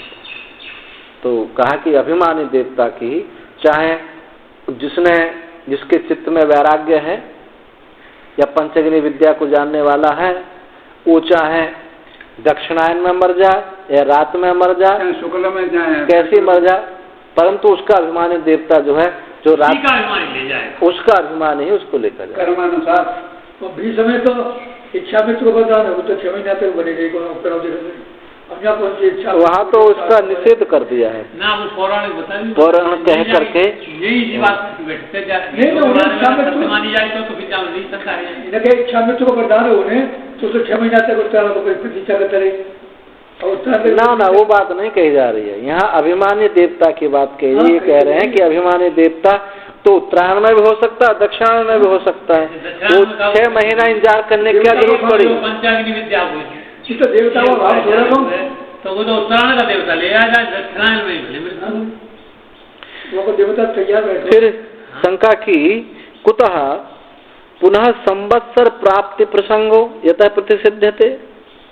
अरे फिर यहाँ संवत्सर प्राप्ति की तो चर्चा ही नहीं हुई मंत्र में, ये तो सीधा आया है पक्षाद सडंग दक्षिणेति मासां तानेति संवत्सर भी प्राप्त, वो संवत्सर को प्राप्त नहीं होता। तो यहाँ तो पुनः संवत्सर प्राप्ति का प्रसंग ही कहा है, यदि प्रतिसिद्ध जो उसका तुम निषेध करते हो। अस्ति ही यहाँ तो कहा है कि संवत्सर को वो नैते संवत्सर को प्राप्त नहीं होता, यहाँ तो इतनी बात कही है। यतः प्रतिसिद्ध थे तो समाधान करते हैं, जो उसका प्रतिषेध करते हैं यहाँ कहते हैं अस्ति ही प्रसंग है संवत्सरस्य ही एकस्य अव्यभूते दक्षिण उत्तरायणे तत्र अर्ची आदि मार्ग प्रवर्तानाम उद्गयनम मासेभ्य अवयविनः संवत्सरस्य प्राप्ति युक्त प्रसंग है क्या, क्योंकि जो अवयव है यान है वो इस संवत्सर का ही तो एक अवयवभूत है, संवत्सर का ही एक अवयवभूत है, उत्तरायण दक्षिणायन 2 है, तो इसलिए उसकी चर्चा है। तत्र अर्ची आदि मार्ग प्रवर्ता नाम, इसलिए अर्ची आदि मार्ग प्रवर्तों का जो उत्तरायण है, उत्तरायण मास से अवयवी संवत्सर की प्राप्ति कही गई है, इसलिए उनकी अब संवत्सर की प्राप्ति वहाँ कही गई है, और यहाँ दक्षिणायन में उसकी प्राप्ति नहीं है। अतः यहापि तद अवयभूतानां दक्षिणायनम मासानां प्राप्ति श्रुत्वा त अवयव भिन्न संवत्सर पूर्वत प्राप्ति आपन्नति तत्प्राप्ति प्रतिसिद्धते नैते संवत्सर अभी प्राप्त बनती। और यहाँ भी उसका अवयवभूत दक्षिणायन भी तो उसका अवयवभूत है, तो दक्षिणायन मासों की प्राप्ति सुन करके उसका अवयव संवत्सर का भी प्राप्ति पहले की तरह हो जाएगी, तो कहा कि उसका निषेध किया नहीं होती। प्राप्ति प्रतिसिद्धते नैते संवत्सर अभी प्राप्त बनती, वो संवत्सर को प्राप्त नहीं होते। फिर कैसे हो जाते हैं, मासेभ्य पितृलोकम, उन मासों से पितृलोक को जाते हैं। पितृलोक आद आकाशम, पितृलोक से आकाश को, और आकाशात चंद्रमसम, और आकाश से चंद्र को। कोसव कौन, यस्ते प्राप्ते चंद्रमा, कौन, जिनके द्वारा ये, वो कौन है जिनके द्वारा प्राप्त किया जाता है, वो क्या है, वो चंद्रमा है, उनको चंद्रमा की प्राप्ति होती है। या ऐसा दृश्यते अंतरिक्ष पीछे आया था, तो इनको कोई चंद्रमा अलग है, फिर दक्षिणायन वालों उत्तरायण वाले भी तो चंद्र, हाँ वो अलग है, वो अलग है।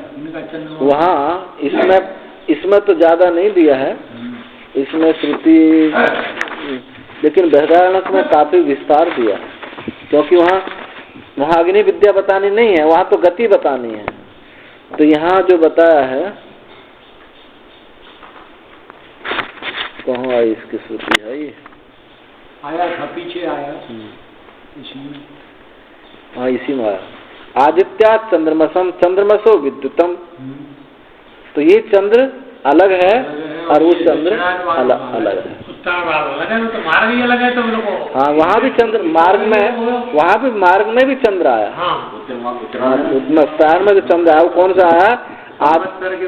संवत्सरात आदित्या, संवत्सरम, संवत्सर से आदित्य को, आदित्य से चंद्रलोक को, चंद्रलोक से फिर विद्युत लोक को, और वहाँ फिर विद्युत लोक से उसको अमानव पुरुष आता है ब्रह्मलोक से, उसको ब्रह्म की प्राप्ति कराता है। तो वहाँ जो चंद्रलोक है वो अलग है। ब्रह्मलोक के घेरा पर चंद्रलोक है। हाँ, ये ऐसे है ना। अभी भारत का पंजाब है, पाकिस्तान का पंजाब है। पंजाब जो है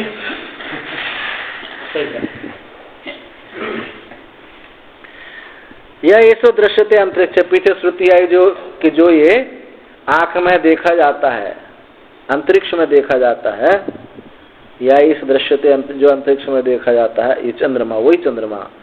सोमो राजा ब्राह्मणा नामो, ब्राह्मणों का राजा सोम है। तदन्नम देवानाम, और देवता को वो अन्न है।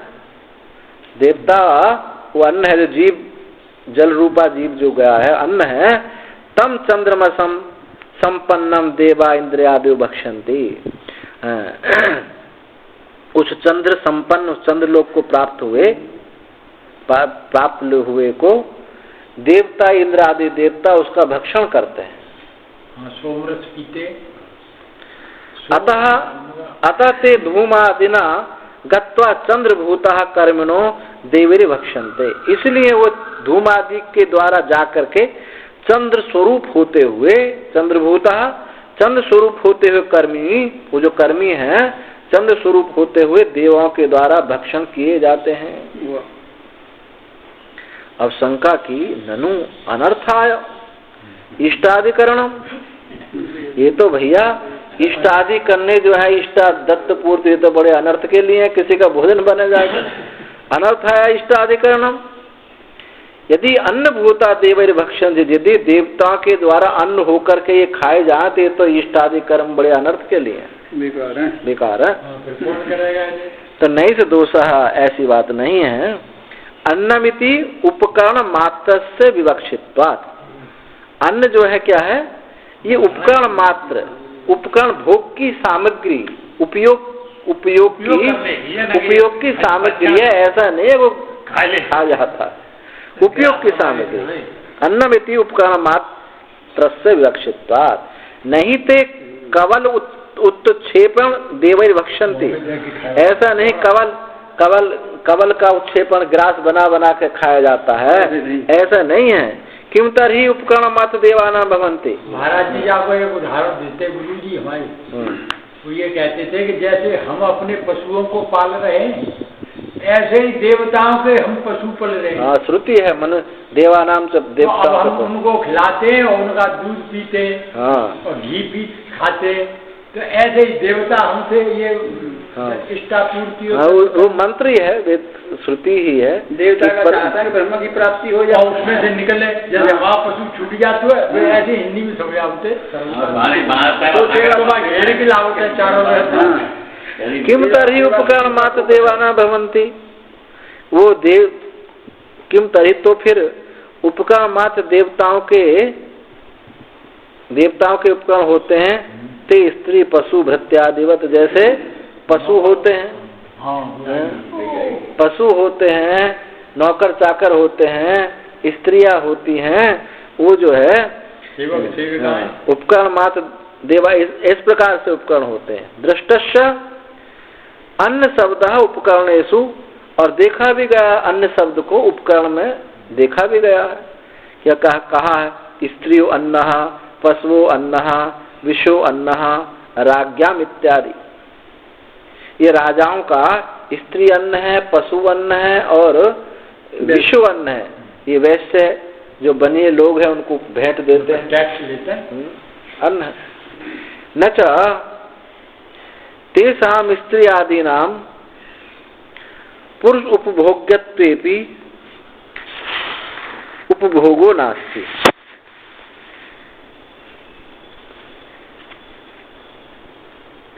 उन स्त्री आदियों का उपभोग होने पर भी पुरुष उपभोग्यत्व, पुरुष के द्वारा पुरुष उपभोग्य होने पर भी, यदि स्त्री आदियों का उपभोग्य होने पर भी उपभोग नहीं है। उन स्त्री आदियों का पुरुष उपभोग्यत्व, पुरुष का उपभोग होने पर भी उन स्त्री आदियों का उपभोग्य नहीं, ऐसी बात नहीं है। वो है ऐसी बात नहीं है, क्योंकि पुरुषों का ही स्त्री उपभोग है, ऐसी बात नहीं है। पुरुष उपभोग्य उपभोग नहीं है, ऐसी बात नहीं है। वो स्त्री भी उसका उपभोग करते हैं, स्त्री भी पुरुष का उपभोग करते हैं। तो ऐसा नहीं है कि देवताओं की तो लेने देने वाली बात है, तो देवता जो है उसका उपयोग करते हैं, तो ये भी तो हम मौज करते हैं, ये भी तो मौज करते हैं। तो उन स्त्री आदियों का पुरुष उपभोग्य होने पर भी उपभोग नहीं है, ऐसी बात नहीं है। अरे वो भी उसका उपभोग करते हैं। तस्मात् कर्मिणो देवानाम उपभोग्यापि संतः सुखिनो दैवै कीडन्ति। इसलिए कर्मियों का देवानाम उपभोग्य, कर्मी जो देवताओं के उपभोग्य होते हुए भी सुखिना देवै कीडन्ति, देवताओं के साथ कीड़ा करते हैं, सुख लेते हैं। हाँ, वो भी देवताओं के साथ कीड़ा करते हैं, वो भी सुख भोग करते हैं। शरीरम च तेषां सुख उपभोग योग्यम चंद्रमंडल आप्यम आरभ्यते। और उनका जो सुख उपभोग के योग्य जो शरीर है, कौन सा शरीर है? आप्य शरीर, जलीय शरीर। उन सुख उपभोग्य जो है ये शरीर तो हो नहीं सकता, वो जलीय शरीर, आप्य शरीर चंद्रमंडल को प्राप्त होता है। तदुक्तम यो कहा पुरस्तात् शब्दा आपो लोक काग्नौ हुता सोमो राजा भवंती। तदुक्तम जो कहा पुरस्तात्, पीछे कहा था कि श्रद्धा शब्द वाच्य क्या है? श्रद्धा शब्द वाच्य जल। श्रद्धा शब्द वाच्य जल, द्युलोक अग्नि में हवन किया, उससे सोम राजा की उत्पन्न होता है। वो यही सोम राजा है कि जलीय शरीर होकर के वहां रहता है। ता आपः कर्म समवायिन्यः इतरस्य भूतै अनुगता द्युलोक प्राप्य चंद्रमत्वम आपन्ना शरीर आदि आरंभिका इष्ट आदि उपासका नाम भवन्ति। और वे आप कर्म समवायिन्य, कर्म के साथ संबंध रखने वाला ये जल, जो कर्म समवायिन्य जल, इतरस्य और दूसरे भूत, इतरे भूत अनुगता, ये कर्म समवायिन्य जो जल है दूसरे भूतों के से अनुगत हुआ ही, दूसरे भूतों से ही अनुगत हुआ ही द्युलोक को प्राप्त करके चंद्र स्वरूपता को प्राप्त होता है। शरीर आदि आरंभिका, इष्ट आदि उपासकों का, यानी जो कर्म समवायी जल है, ये ऐसा नहीं केवल जल ही जल होता है, दूसरे भूतों से भी ये अनुगत होता है। अनुगत द्युलोक को प्राप्त के चंद्र स्वरूपता को प्राप्त होता है। अंत्याया च शरीर आहूत अग्नौ हुतायाम अग्निना दह्यमाने शरीरे तदुत्थ आपो धूमेन सह ऊर्ध्वम यजमानम आविष्ट। अंत्यायाम च, और अंतिम आहुति में जब शरीर जब चिता पर रखा जाता है, अंत्यायाम च शरीर आहुत्य अग्नौ, उस अंतिम आहुति शरीर की जो आहुति दी जाती है, इस जो चिता की अग्नि है, शरीर आहुति अग्नि में, अंतिम आहुति में हवन होने पर अग्नि के द्वारा दह्यमान इस शरीर के जलाए जाने पर तदुत्था, उससे उत्पन्न जल जो उसने कर्म किया है, अब ये जल रूप पुष्प वहां धुआं के रूप में पीछे पंचअग्नि विद्या में जो बताया था कि जैसे अग्नि से क्या निकलता धुआं, ऐसे ही इस पंचम आहुति शरीर की आहुति लगने पर उससे जो धुआं के रूप में उस धुआं के रूप में कि जल जो है धूमेन सह, धूम के साथ तो जल जो है यजमान आविष्ट, यजमान को लपेट करके, यजमान को अपनी लपेट करके, और चंद्रमंडलम प्राप्त, चंद्रमंडल को प्राप्त हो करके कुसुमृतिका स्थानीय, कुसुमृतिका स्थानीय बाह्य शरीर आरंभिका भवंती। कुसुमृतिका स्थानीय मृत, ये क्या है भाई? कुसुमृतिका स्थानीय बाह्य शरीर आरंभिका भवंती। वो कुश जो कर्मकांड में प्रयोग होने वाले कुश है, कुश मृतिका स्थानीय जो बाह्य शरीर को आरंभ करने वाले होते हैं। तदा आरब्धेन शरीर है ना, उस आरब्ध से, शरीर के प्रारंभ होने से इष्ट आदि फल उपभंजाना आसते, उस आरब्ध शरीर से ही इष्ट आदि फल का उपभोग करने वाले वहाँ चंद्रलोक में वो होते हैं। तो बाह्य शरीर आरंभिका कुकृत्म स्थानीय जो कुशा में लपेट कर रखा गया था, उस शरीर से जो आप्य शरीर हुआ है, उससे बाहर की तरफ जो आप्य शरीर निकला है उसको कह रहे हैं। यावत तद उपभोग निमित्त से कर्मणा क्षय, जब तक उपभोग निमित्त कर्म का क्षय नहीं होता तब तक वहाँ बात करते हैं। संपतंति ये रीति संपातः कर्मणा, जिससे संपतन होता है, जिससे नीचे जाता है। जब तक कुछ संपात कर्म का क्षय नहीं होता, संपात कर्मणा क्षय यावत, संपात यावत कर्मणा क्षय, जब तक संपात कर्म का क्षय नहीं हो तब तक वहाँ हो रहता है। तावत तस्मिन् चंद्रमंडले उषित्वा, उस चंद्रमंडल में उषित्वा बास करके, अथ अनंतरम एतमेव वक्ष्यमाणम अध्यानम मार्गम पुनर्निवर्तन्ते। तो चंद्रमंडल से बास करके उसके अनंतर इसी आगे कहे जाने वाले मार्ग को पुनर्निवर्तन्ते, आगे फिर उससे लौट आता। पुनर्निवर्तन्ते इति प्रयोगात्, पुनर्निवर्तन्ते इति प्रयोगात् पूर्वमपि असकृत चंद्रमंडलम गता निर्वृता च असन्नमिति गम्यते।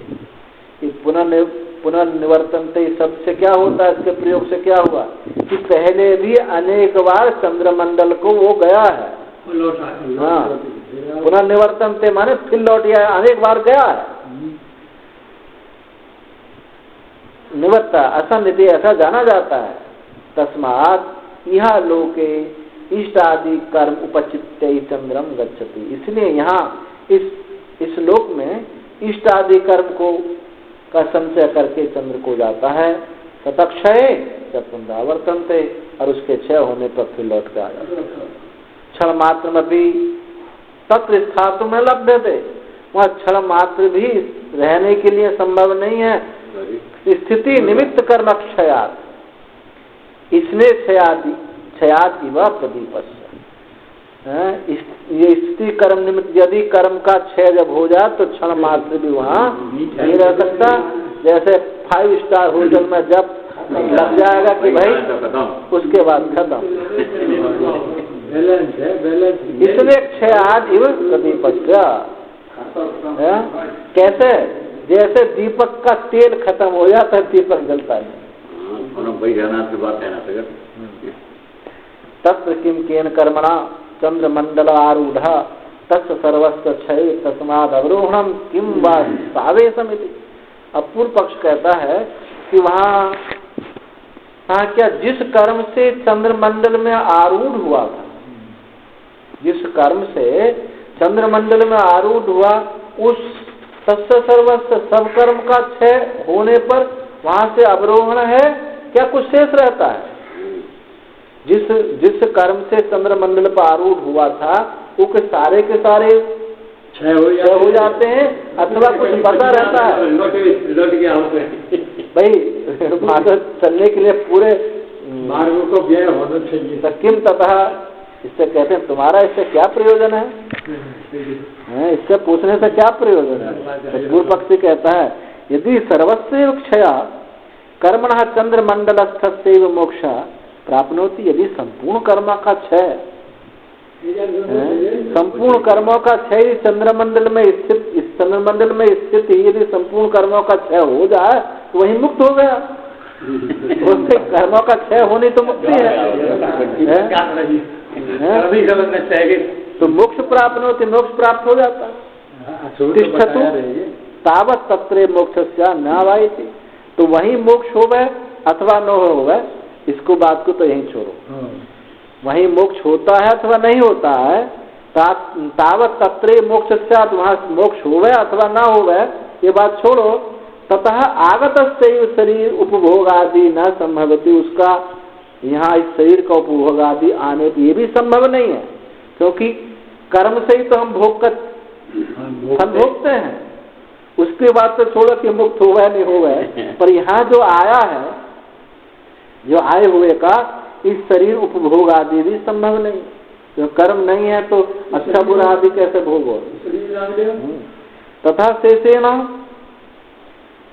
तथा शेषेण इत्यादि स्मृति विरोधाश्चात। अब यहाँ स्मृति नहीं दी है, ना टीकाकार ने दी है, न कहीं।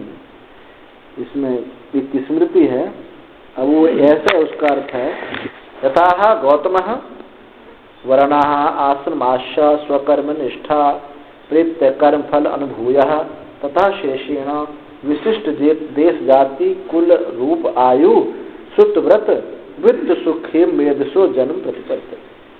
वर्ण जो शेष कर्म से ही वर्ण आश्रम स्वकर्म निष्ठा, वर्ण आश्रम स्वकर्म निष्ठा प्रेत्य कर्म फल अनुभूया। अपने वर्ण आश्रम के अपने कर्म की निष्ठा से ही वो मर करके कर्म फल का अनुभव करके तथा शेषेण उससे लौट करके बचे हुए से विशिष्ट देश जाति कुल रूप आयु श्रुतवित वित्त सुख मेधा जन्म को प्राप्त करता है। ऐसी कोई स्मृति है? ये अर्थ स्मृति का दिया है, स्मृति या नहीं दिया? तो तथा शेषेण इतना ही शब्द लिया, और शेषेण इत्यादि स्मृति कोई और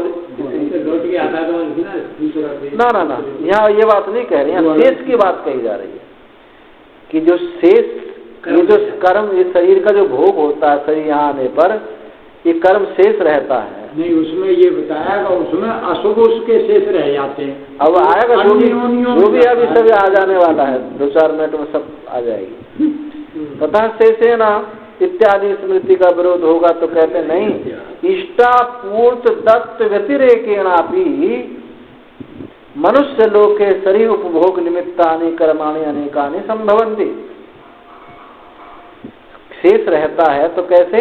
इष्टापूर्त दत्त के अतिरिक्त, इष्टापूर्त दत्त से तो चंद्रलोक की प्राप्ति हुई थी, इष्टापूर्त दत्त से व्यतिरिक्त भी मनुष्य लोक में शरीर के उपभोग निमित्त वो कर्म जो है अनेक होते हैं। अब यहाँ ये चर्चा नहीं दी, लेकिन वहाँ ब्रह्मसूत्र में कहा कि उन कर्मों के इष्टापूर्त दत्त के अलावा तो कर्म वाला वहाँ जा ही नहीं सकता है। वहाँ तो ये वाला अगर इतना भी पाप करना तो जा नहीं सकता है। अशुभ कम है और शुभ ज्यादा है, तो नहीं जाना पड़ेगा अशुभ, और उन्हें भोग के फिर आना पड़ेगा। तो यहाँ ये बात जो कही थी, यहाँ नहीं कह रहे, यहाँ तो सीधी बात कह रहे हैं। यहाँ तो ये कह रहे हैं शरीर भोग कर्माणि अनेकानि संभवन्ति, अनेक होते हैं। न तो तेषां चंद्रमंडल उपभोगा, उनका चंद्रमंडल में उपभोग नहीं हुआ था। जो इस शरीर को भोग के निमित्त कर्म थे उनका चंद्रमंडल में उपभोग नहीं हुआ था, और उसके उसी शेष से ये यहाँ फिर उपभोग के निमित्त जन्म हुआ। अतो अक्षीणानि तानि, वो क्षीण नहीं हुए। यन निमित्तम चंद्रमंडल आरूढ़ तानि एव क्षीणानि इति अविरोध। जो चंद्रमंडल निमित्त आरूढ़ हुए थे वही वहां क्षीण हुए, जो दूसरे थे वो क्षीण नहीं हुए। इसलिए शेष शब्दस्य सर्वेषां कर्मत्व सामान्याद अविरुद्ध है। इसलिए शेष शब्द जो है सब कर्मों के सामान्यता से उसकी अविरुद्धता है, इसलिए कोई विरोधता नहीं हुआ, शेष सामान्य कर्म है। अतएव तत्रैव मोक्ष स्यात् इति दोष अभाव, ये जो कहा कि वही मोक्ष हो जाएगा, ये जो दोष है ये संभव नहीं। विरुद्धानि अनेक योनि उपभोग फलानां च कर्मणाम एक एकस्यैव जंतु आरंभकत्व संभवा। विरुद्ध जो अनेक विरुद्ध कर्म है, एक योनि उपभोग फलानाम कर्मणाम, वो एक योनि में उन कर्मों के फलों का भोग नहीं हो सकता।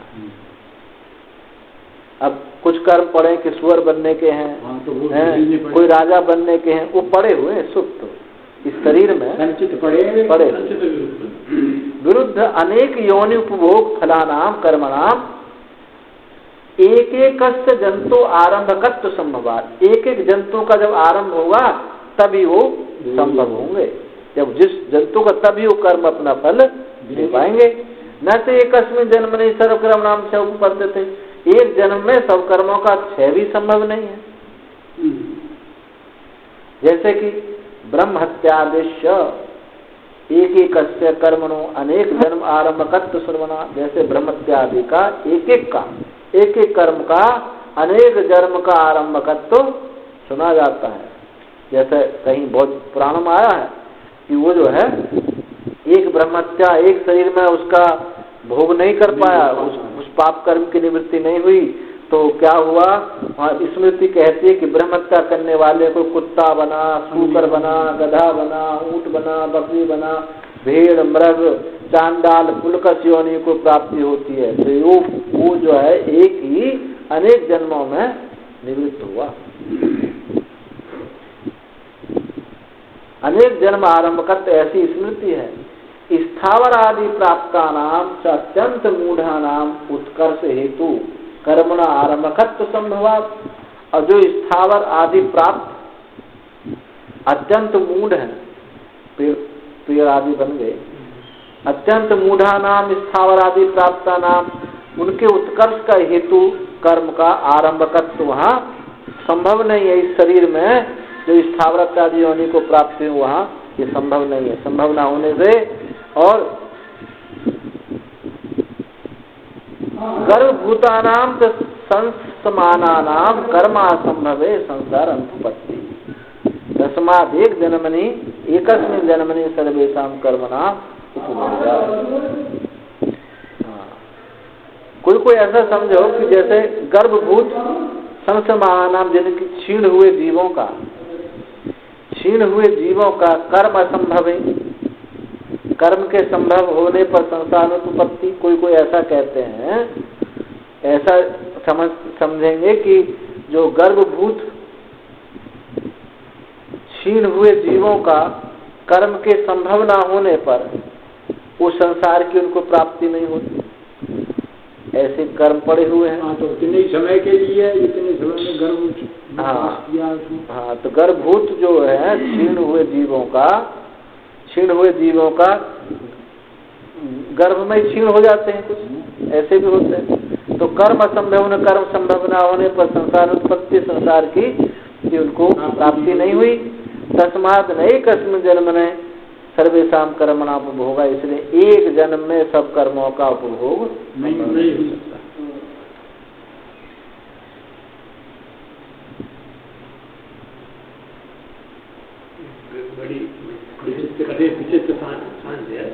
यत्तु कश्चित् उच्यते सर्वकर्म आश्रय उपमर्दनेन पर्याणे कर्मणां जन्म आरंभकत्वम् तत्र कांचित् कर्माणि अनारंभकत्वेनैव तिष्ठन्ति कांचित् जन्म आरंभते इति नोपपद्यते।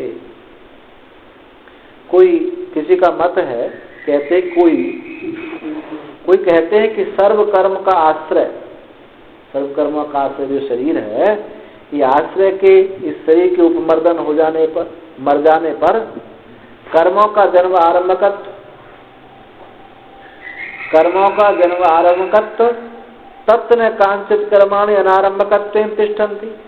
उसे कहते हैं कि सब कर्मों का शरीर के उपमर्दन होने से मर जाने पर कर्मों का कर्मों के जन्म का आरंभ करने वाला कुछ कर्म तो अनारंभक रूप से रहते हैं और कुछ जो है आरंभ करते हैं।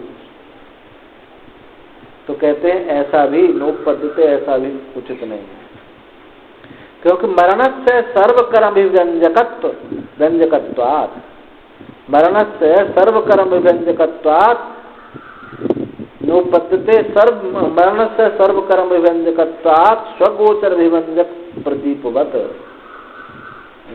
मरण का सब कर्मों का व्यंजक होने से और स्वगोचर विभंजक अपने को दिखाने के समान वो दीपक के समान है।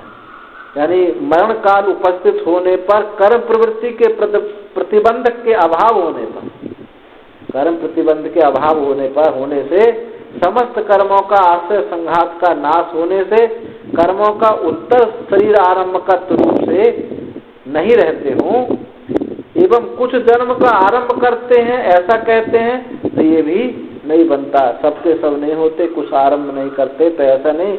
जिस प्रकार दीपक अपने क्षेत्र की वस्तुओं को प्रकाशित करता है, उसी प्रकार मरण काल में अभिव्यक्ति सभी कर्म आरंभक होते हैं। ये कोई मत है ऐसा जो कहता है, तो कहते हैं ऐसा कहना ठीक नहीं, तद असतः ऐसा ठीक नहीं है। सर्वस्य सर्वात्मकत्व अभ्युपगमात्, सबका सर्वात्मकत्व स्वीकार किया गया है। नहीं सर्वस्य सर्वात्मकत्वे देश काल निमित्त अवरुद्धात् सर्वात्मन उपमर्दः कस्यचित् क्वचित् अभिव्यक्तिर्वा सर्वात्मा नोपपद्यते। ऐसा कहने में दोष यह है कि सभी को सर्वात्मक स्वीकार कर देह को भी वैसा मानने से सर्वात्मा का बाद नहीं होगा। सभी कुछ समस्त जड़ चेतन जगत का कार्य एवं कारण है। इस न्याय से सभी के सर्वात्मक सिद्ध होने से देश काल एवं निमित्त के अवरोध से किसी के किसी भी समय बाद होने से सर्वात्मा का बोध होने लग जाएगा। अभिव्यक्ति से सर्वात्मा की उपलब्धि होने लग जाएगी। ये कहना चाहते हैं, जो अनुवाद करते हैं ना, बड़ा कठिन अनुवाद करते हैं, उनकी लवेड़ जा रहे हैं, कोई वो नहीं, ऐसे अनुवाद करने कोई मतलब नहीं कि वो इतने बिल्कुल स्पष्ट नहीं होता अनुवाद। नहीं सर्वस्य सर्वात्मकत्व, सबका सर्वात्मक होने पर देश काल निमित्त से जो अवरुद्ध होने के कारण, देश काल से जो अवरुद्धता हुई है वो सर्वात्मक नोपमर्दता, उनका उपमर्दन नहीं हो जाए। जो सर्वत्र है वो एक देश काल निमित्त में उनका सबका उपमर्दन नहीं हो।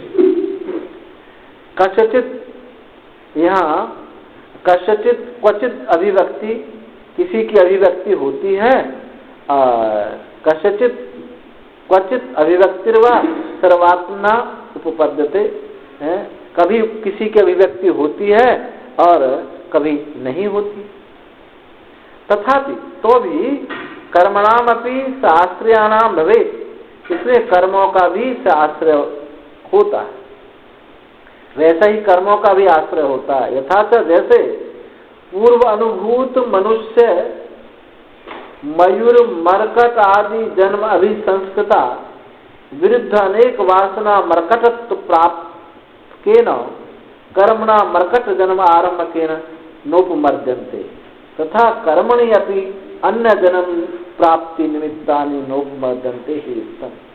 जैसे पूर्व में अनुभूत किया हुआ, पहले जो अनुभव किया, मैं मनुष्य हूँ, मनुष्य हुआ, मोर हुआ, बंदर हुआ, जन्म आदि से संस्कृत हुआ, अब विरुद्ध अनेक वासना, उसमें अनेक विरोधी वासना है। मरकट की अलग, मनुष्य की अलग, सब अलग अलग विरुद्ध वासना है। तो मरकट प्राप्त होने, प्राप्ति को होने, मरकट प्राप्तेन कर्म से, मरकट को यानी बंदर की प्राप्ति कराने वाले कर्म के द्वारा मरकट जन्म का आरंभ हो गया, तो ऐसा नहीं है वो सारी वासना समाप्त हो गई हो। नोपमर्दनते, आरंभ होने से वो सब उपमर्दन उनका हो जाता हो, ऐसा बात नहीं है। तथा कर्मणि अपि, कर्मणि अपि, कर्मणि अपि अन्य जन्म प्राप्ति निमित्तानि नोपमर्दनते, वो कर्म भी अन्य जन्म की प्राप्ति के निमित्त जो कर्म है उनका उपमर्दन नहीं होता। ये बात ही उचित है। हाँ, मान लीजिए बंदर के जन्म में जो कर्म करो है, बात होगी ले, और कुत्ता के करो है तो कुत्ता को लेना पड़ेगा, बंदर वाला भोगेगा। ये है यदि ही सर्वा पूर्व जन्म अनुभव वासना उपपद्येरन मर्कट जन्म निमित्तेन कर्मणा मर्कट जन्म आरब्धे मृकटस्य जात मात्रस्य मातु शाखाया शाखांतरगमने मातु उदर संलग्नत्वादि कौशलम न प्राप्नोति। क्योंकि यदि सब पूर्व जन्म के अनुभव वासना निवृत्त हो जाती है तो मरकट जन्म निमित्त कर्म से, मरकट के जन्म के निमित्त कर्म से जो मरकट जन्म का जन्म हुआ है कि आरब्ध होने पर मरकट जात मात्र, जैसे माता के पेट से बंदरिया से जब बच्चा पैदा हुआ मरकट जात मात्र के शाखाया शाखांतरगम, एक शाखा से दूसरे शाखा पे कूदने लगता है और मातु उदर संलग्न और माता के पेट से चिपका हुआ ये कौशल उसको प्राप्त नहीं होता यदि पूर्व की वासना ना होती। पूर्व वासना है, अब वो वासना उसी शरीर में आकर के अपना चरितार्थ होगी, उसमें कुत्ता आदि की चरितार्थ नहीं होगी। यह जन्म नहीं अनभ्यस्तत्वात्, क्योंकि इस जन्म में इसका अभ्यास नहीं किया उसने, इस जन्म में अभ्यास नहीं किया कि वो डाली से डाली पे कूदने लगे। तो पहले का अभ्यास है, पूर्व जन्म का ही वासना है और वही उसके पूर्व में कुत्ता की, मनुष्य की, कौवा की भी है, परंतु वो यहाँ चरितार्थ नहीं होंगे क्योंकि बंदर के जन्म से प्राप्त हुआ ये शरीर है, उन्हीं वासनाओं को यहाँ भोग करेगा। अतीत अनंतर जन्मनी मरकटत्व एव आसीत, क्योंकि पीछे के जन्म में मरकट ही था। तस्यैव सत्यम वक्तुम, यही कहने के लिए सत्य है। अतीत अनंतर जन्म में मरकट ही वो था, उसका ही सत्यम वक्तुम, उसी कहने के लिए है, इसमें शंका की कोई आवश्यकता नहीं। और विश्रुति भी है, तम विद्या कर्मणि समन्वार हेतु पूर्व प्रज्ञा च, विद्या कर्म जो पूर्व जन्मार्जित वासना, उस जीव के साथ जो विद्या है, पूर्व जन्म उपार्जित जो ज्ञान है, वासना है, उसके संग से ही ये ऐसा ही होता है। विद्या कर्म समान, दोनों ही विद्या और कर्म और उसकी पूर्व प्रज्ञा वासना से ही जीव उत्पन्न होता है। तस्माद वासनावसान वासना तद वासनावत न शेष कर्म उपमर्द इति शेष कर्म संभव। इसलिए वासना के समान वासनावान जो है न शेष कर्म उपमर्द, उसके वासनावान के संपूर्ण कर्म चले जाते हों, ऐसी बात नहीं हो।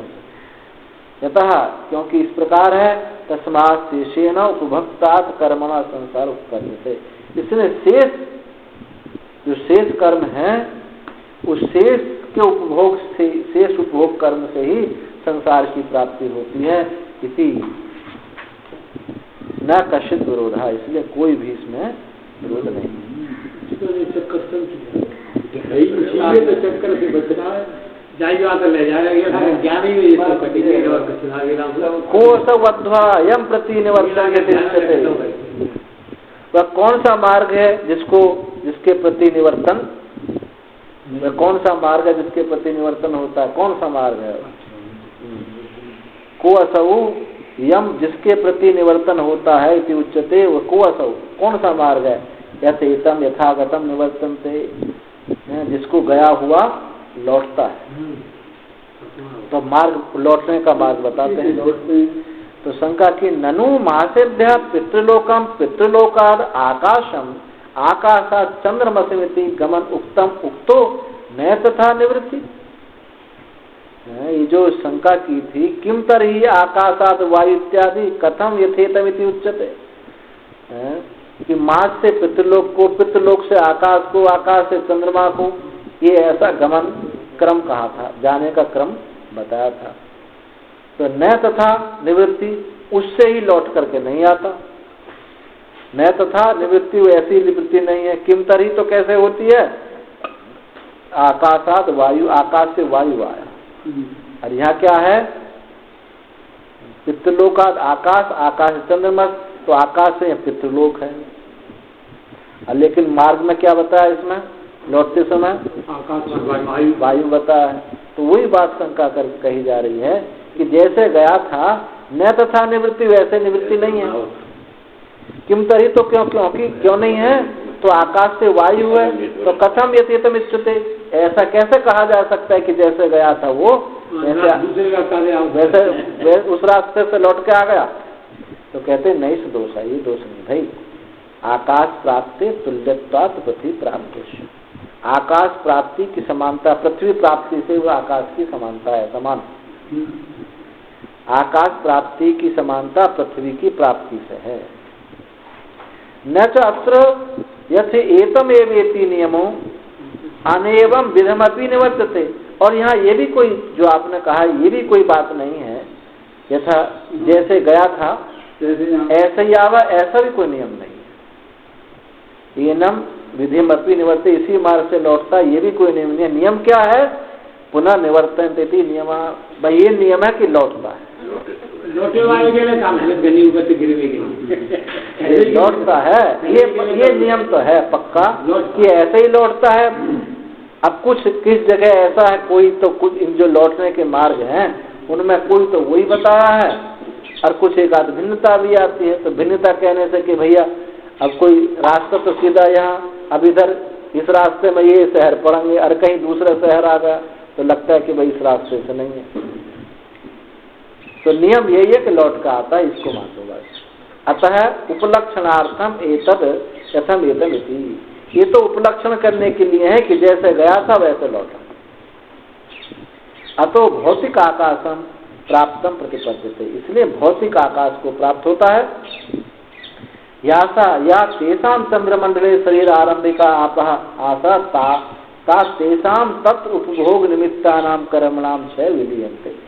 हाँ, जो भौतिक आकाश को प्राप्त होता, जो उस चंद्रमंडल में शरीर को आरंभ करने वाला जो जलीय शरीर था, वो उसका वहाँ उपभोग हो जाने से, उन कर्मों के निमित्त कर्मों का उपभोग हो जाने से क्षय होकर के वहीं विलीन हो गए। तो कैसे, घट संस्थान लिव अग्नि संयोगा ता विलीना अंतरिक्षा।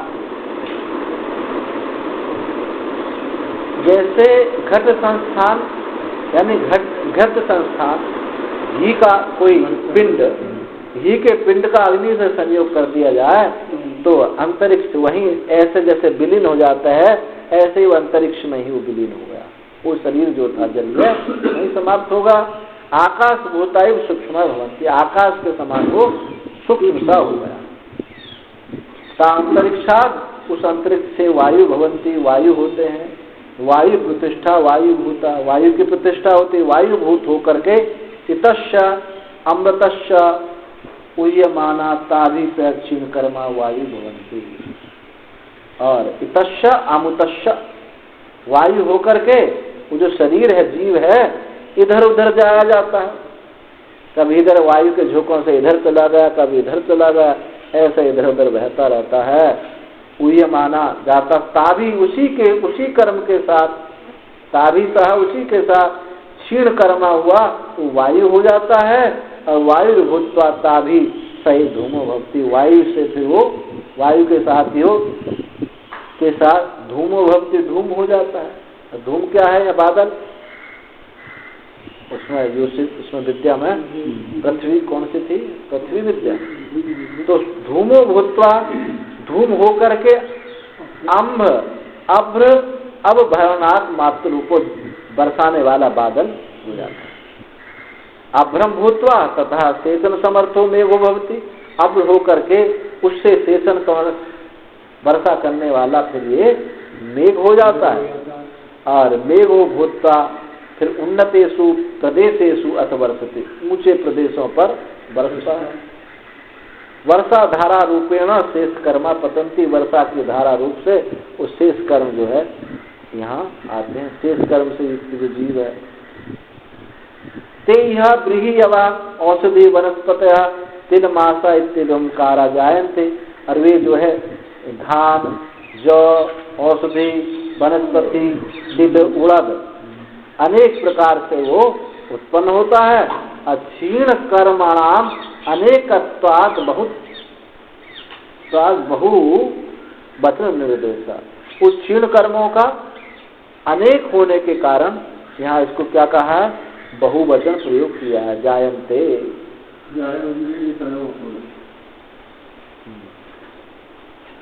धूमो भूत्वा ब्रह्मात् भवति। थोड़ा सा और पढ़ेंगे। अब ब्रह्म भूत्वा तथा चेतन समर्थो होकर के ये सब बरसने लगता है। तो इस प्रकार से ये सब हो गया, क्षीण कर्म होकर के बहुत का निर्देश किया।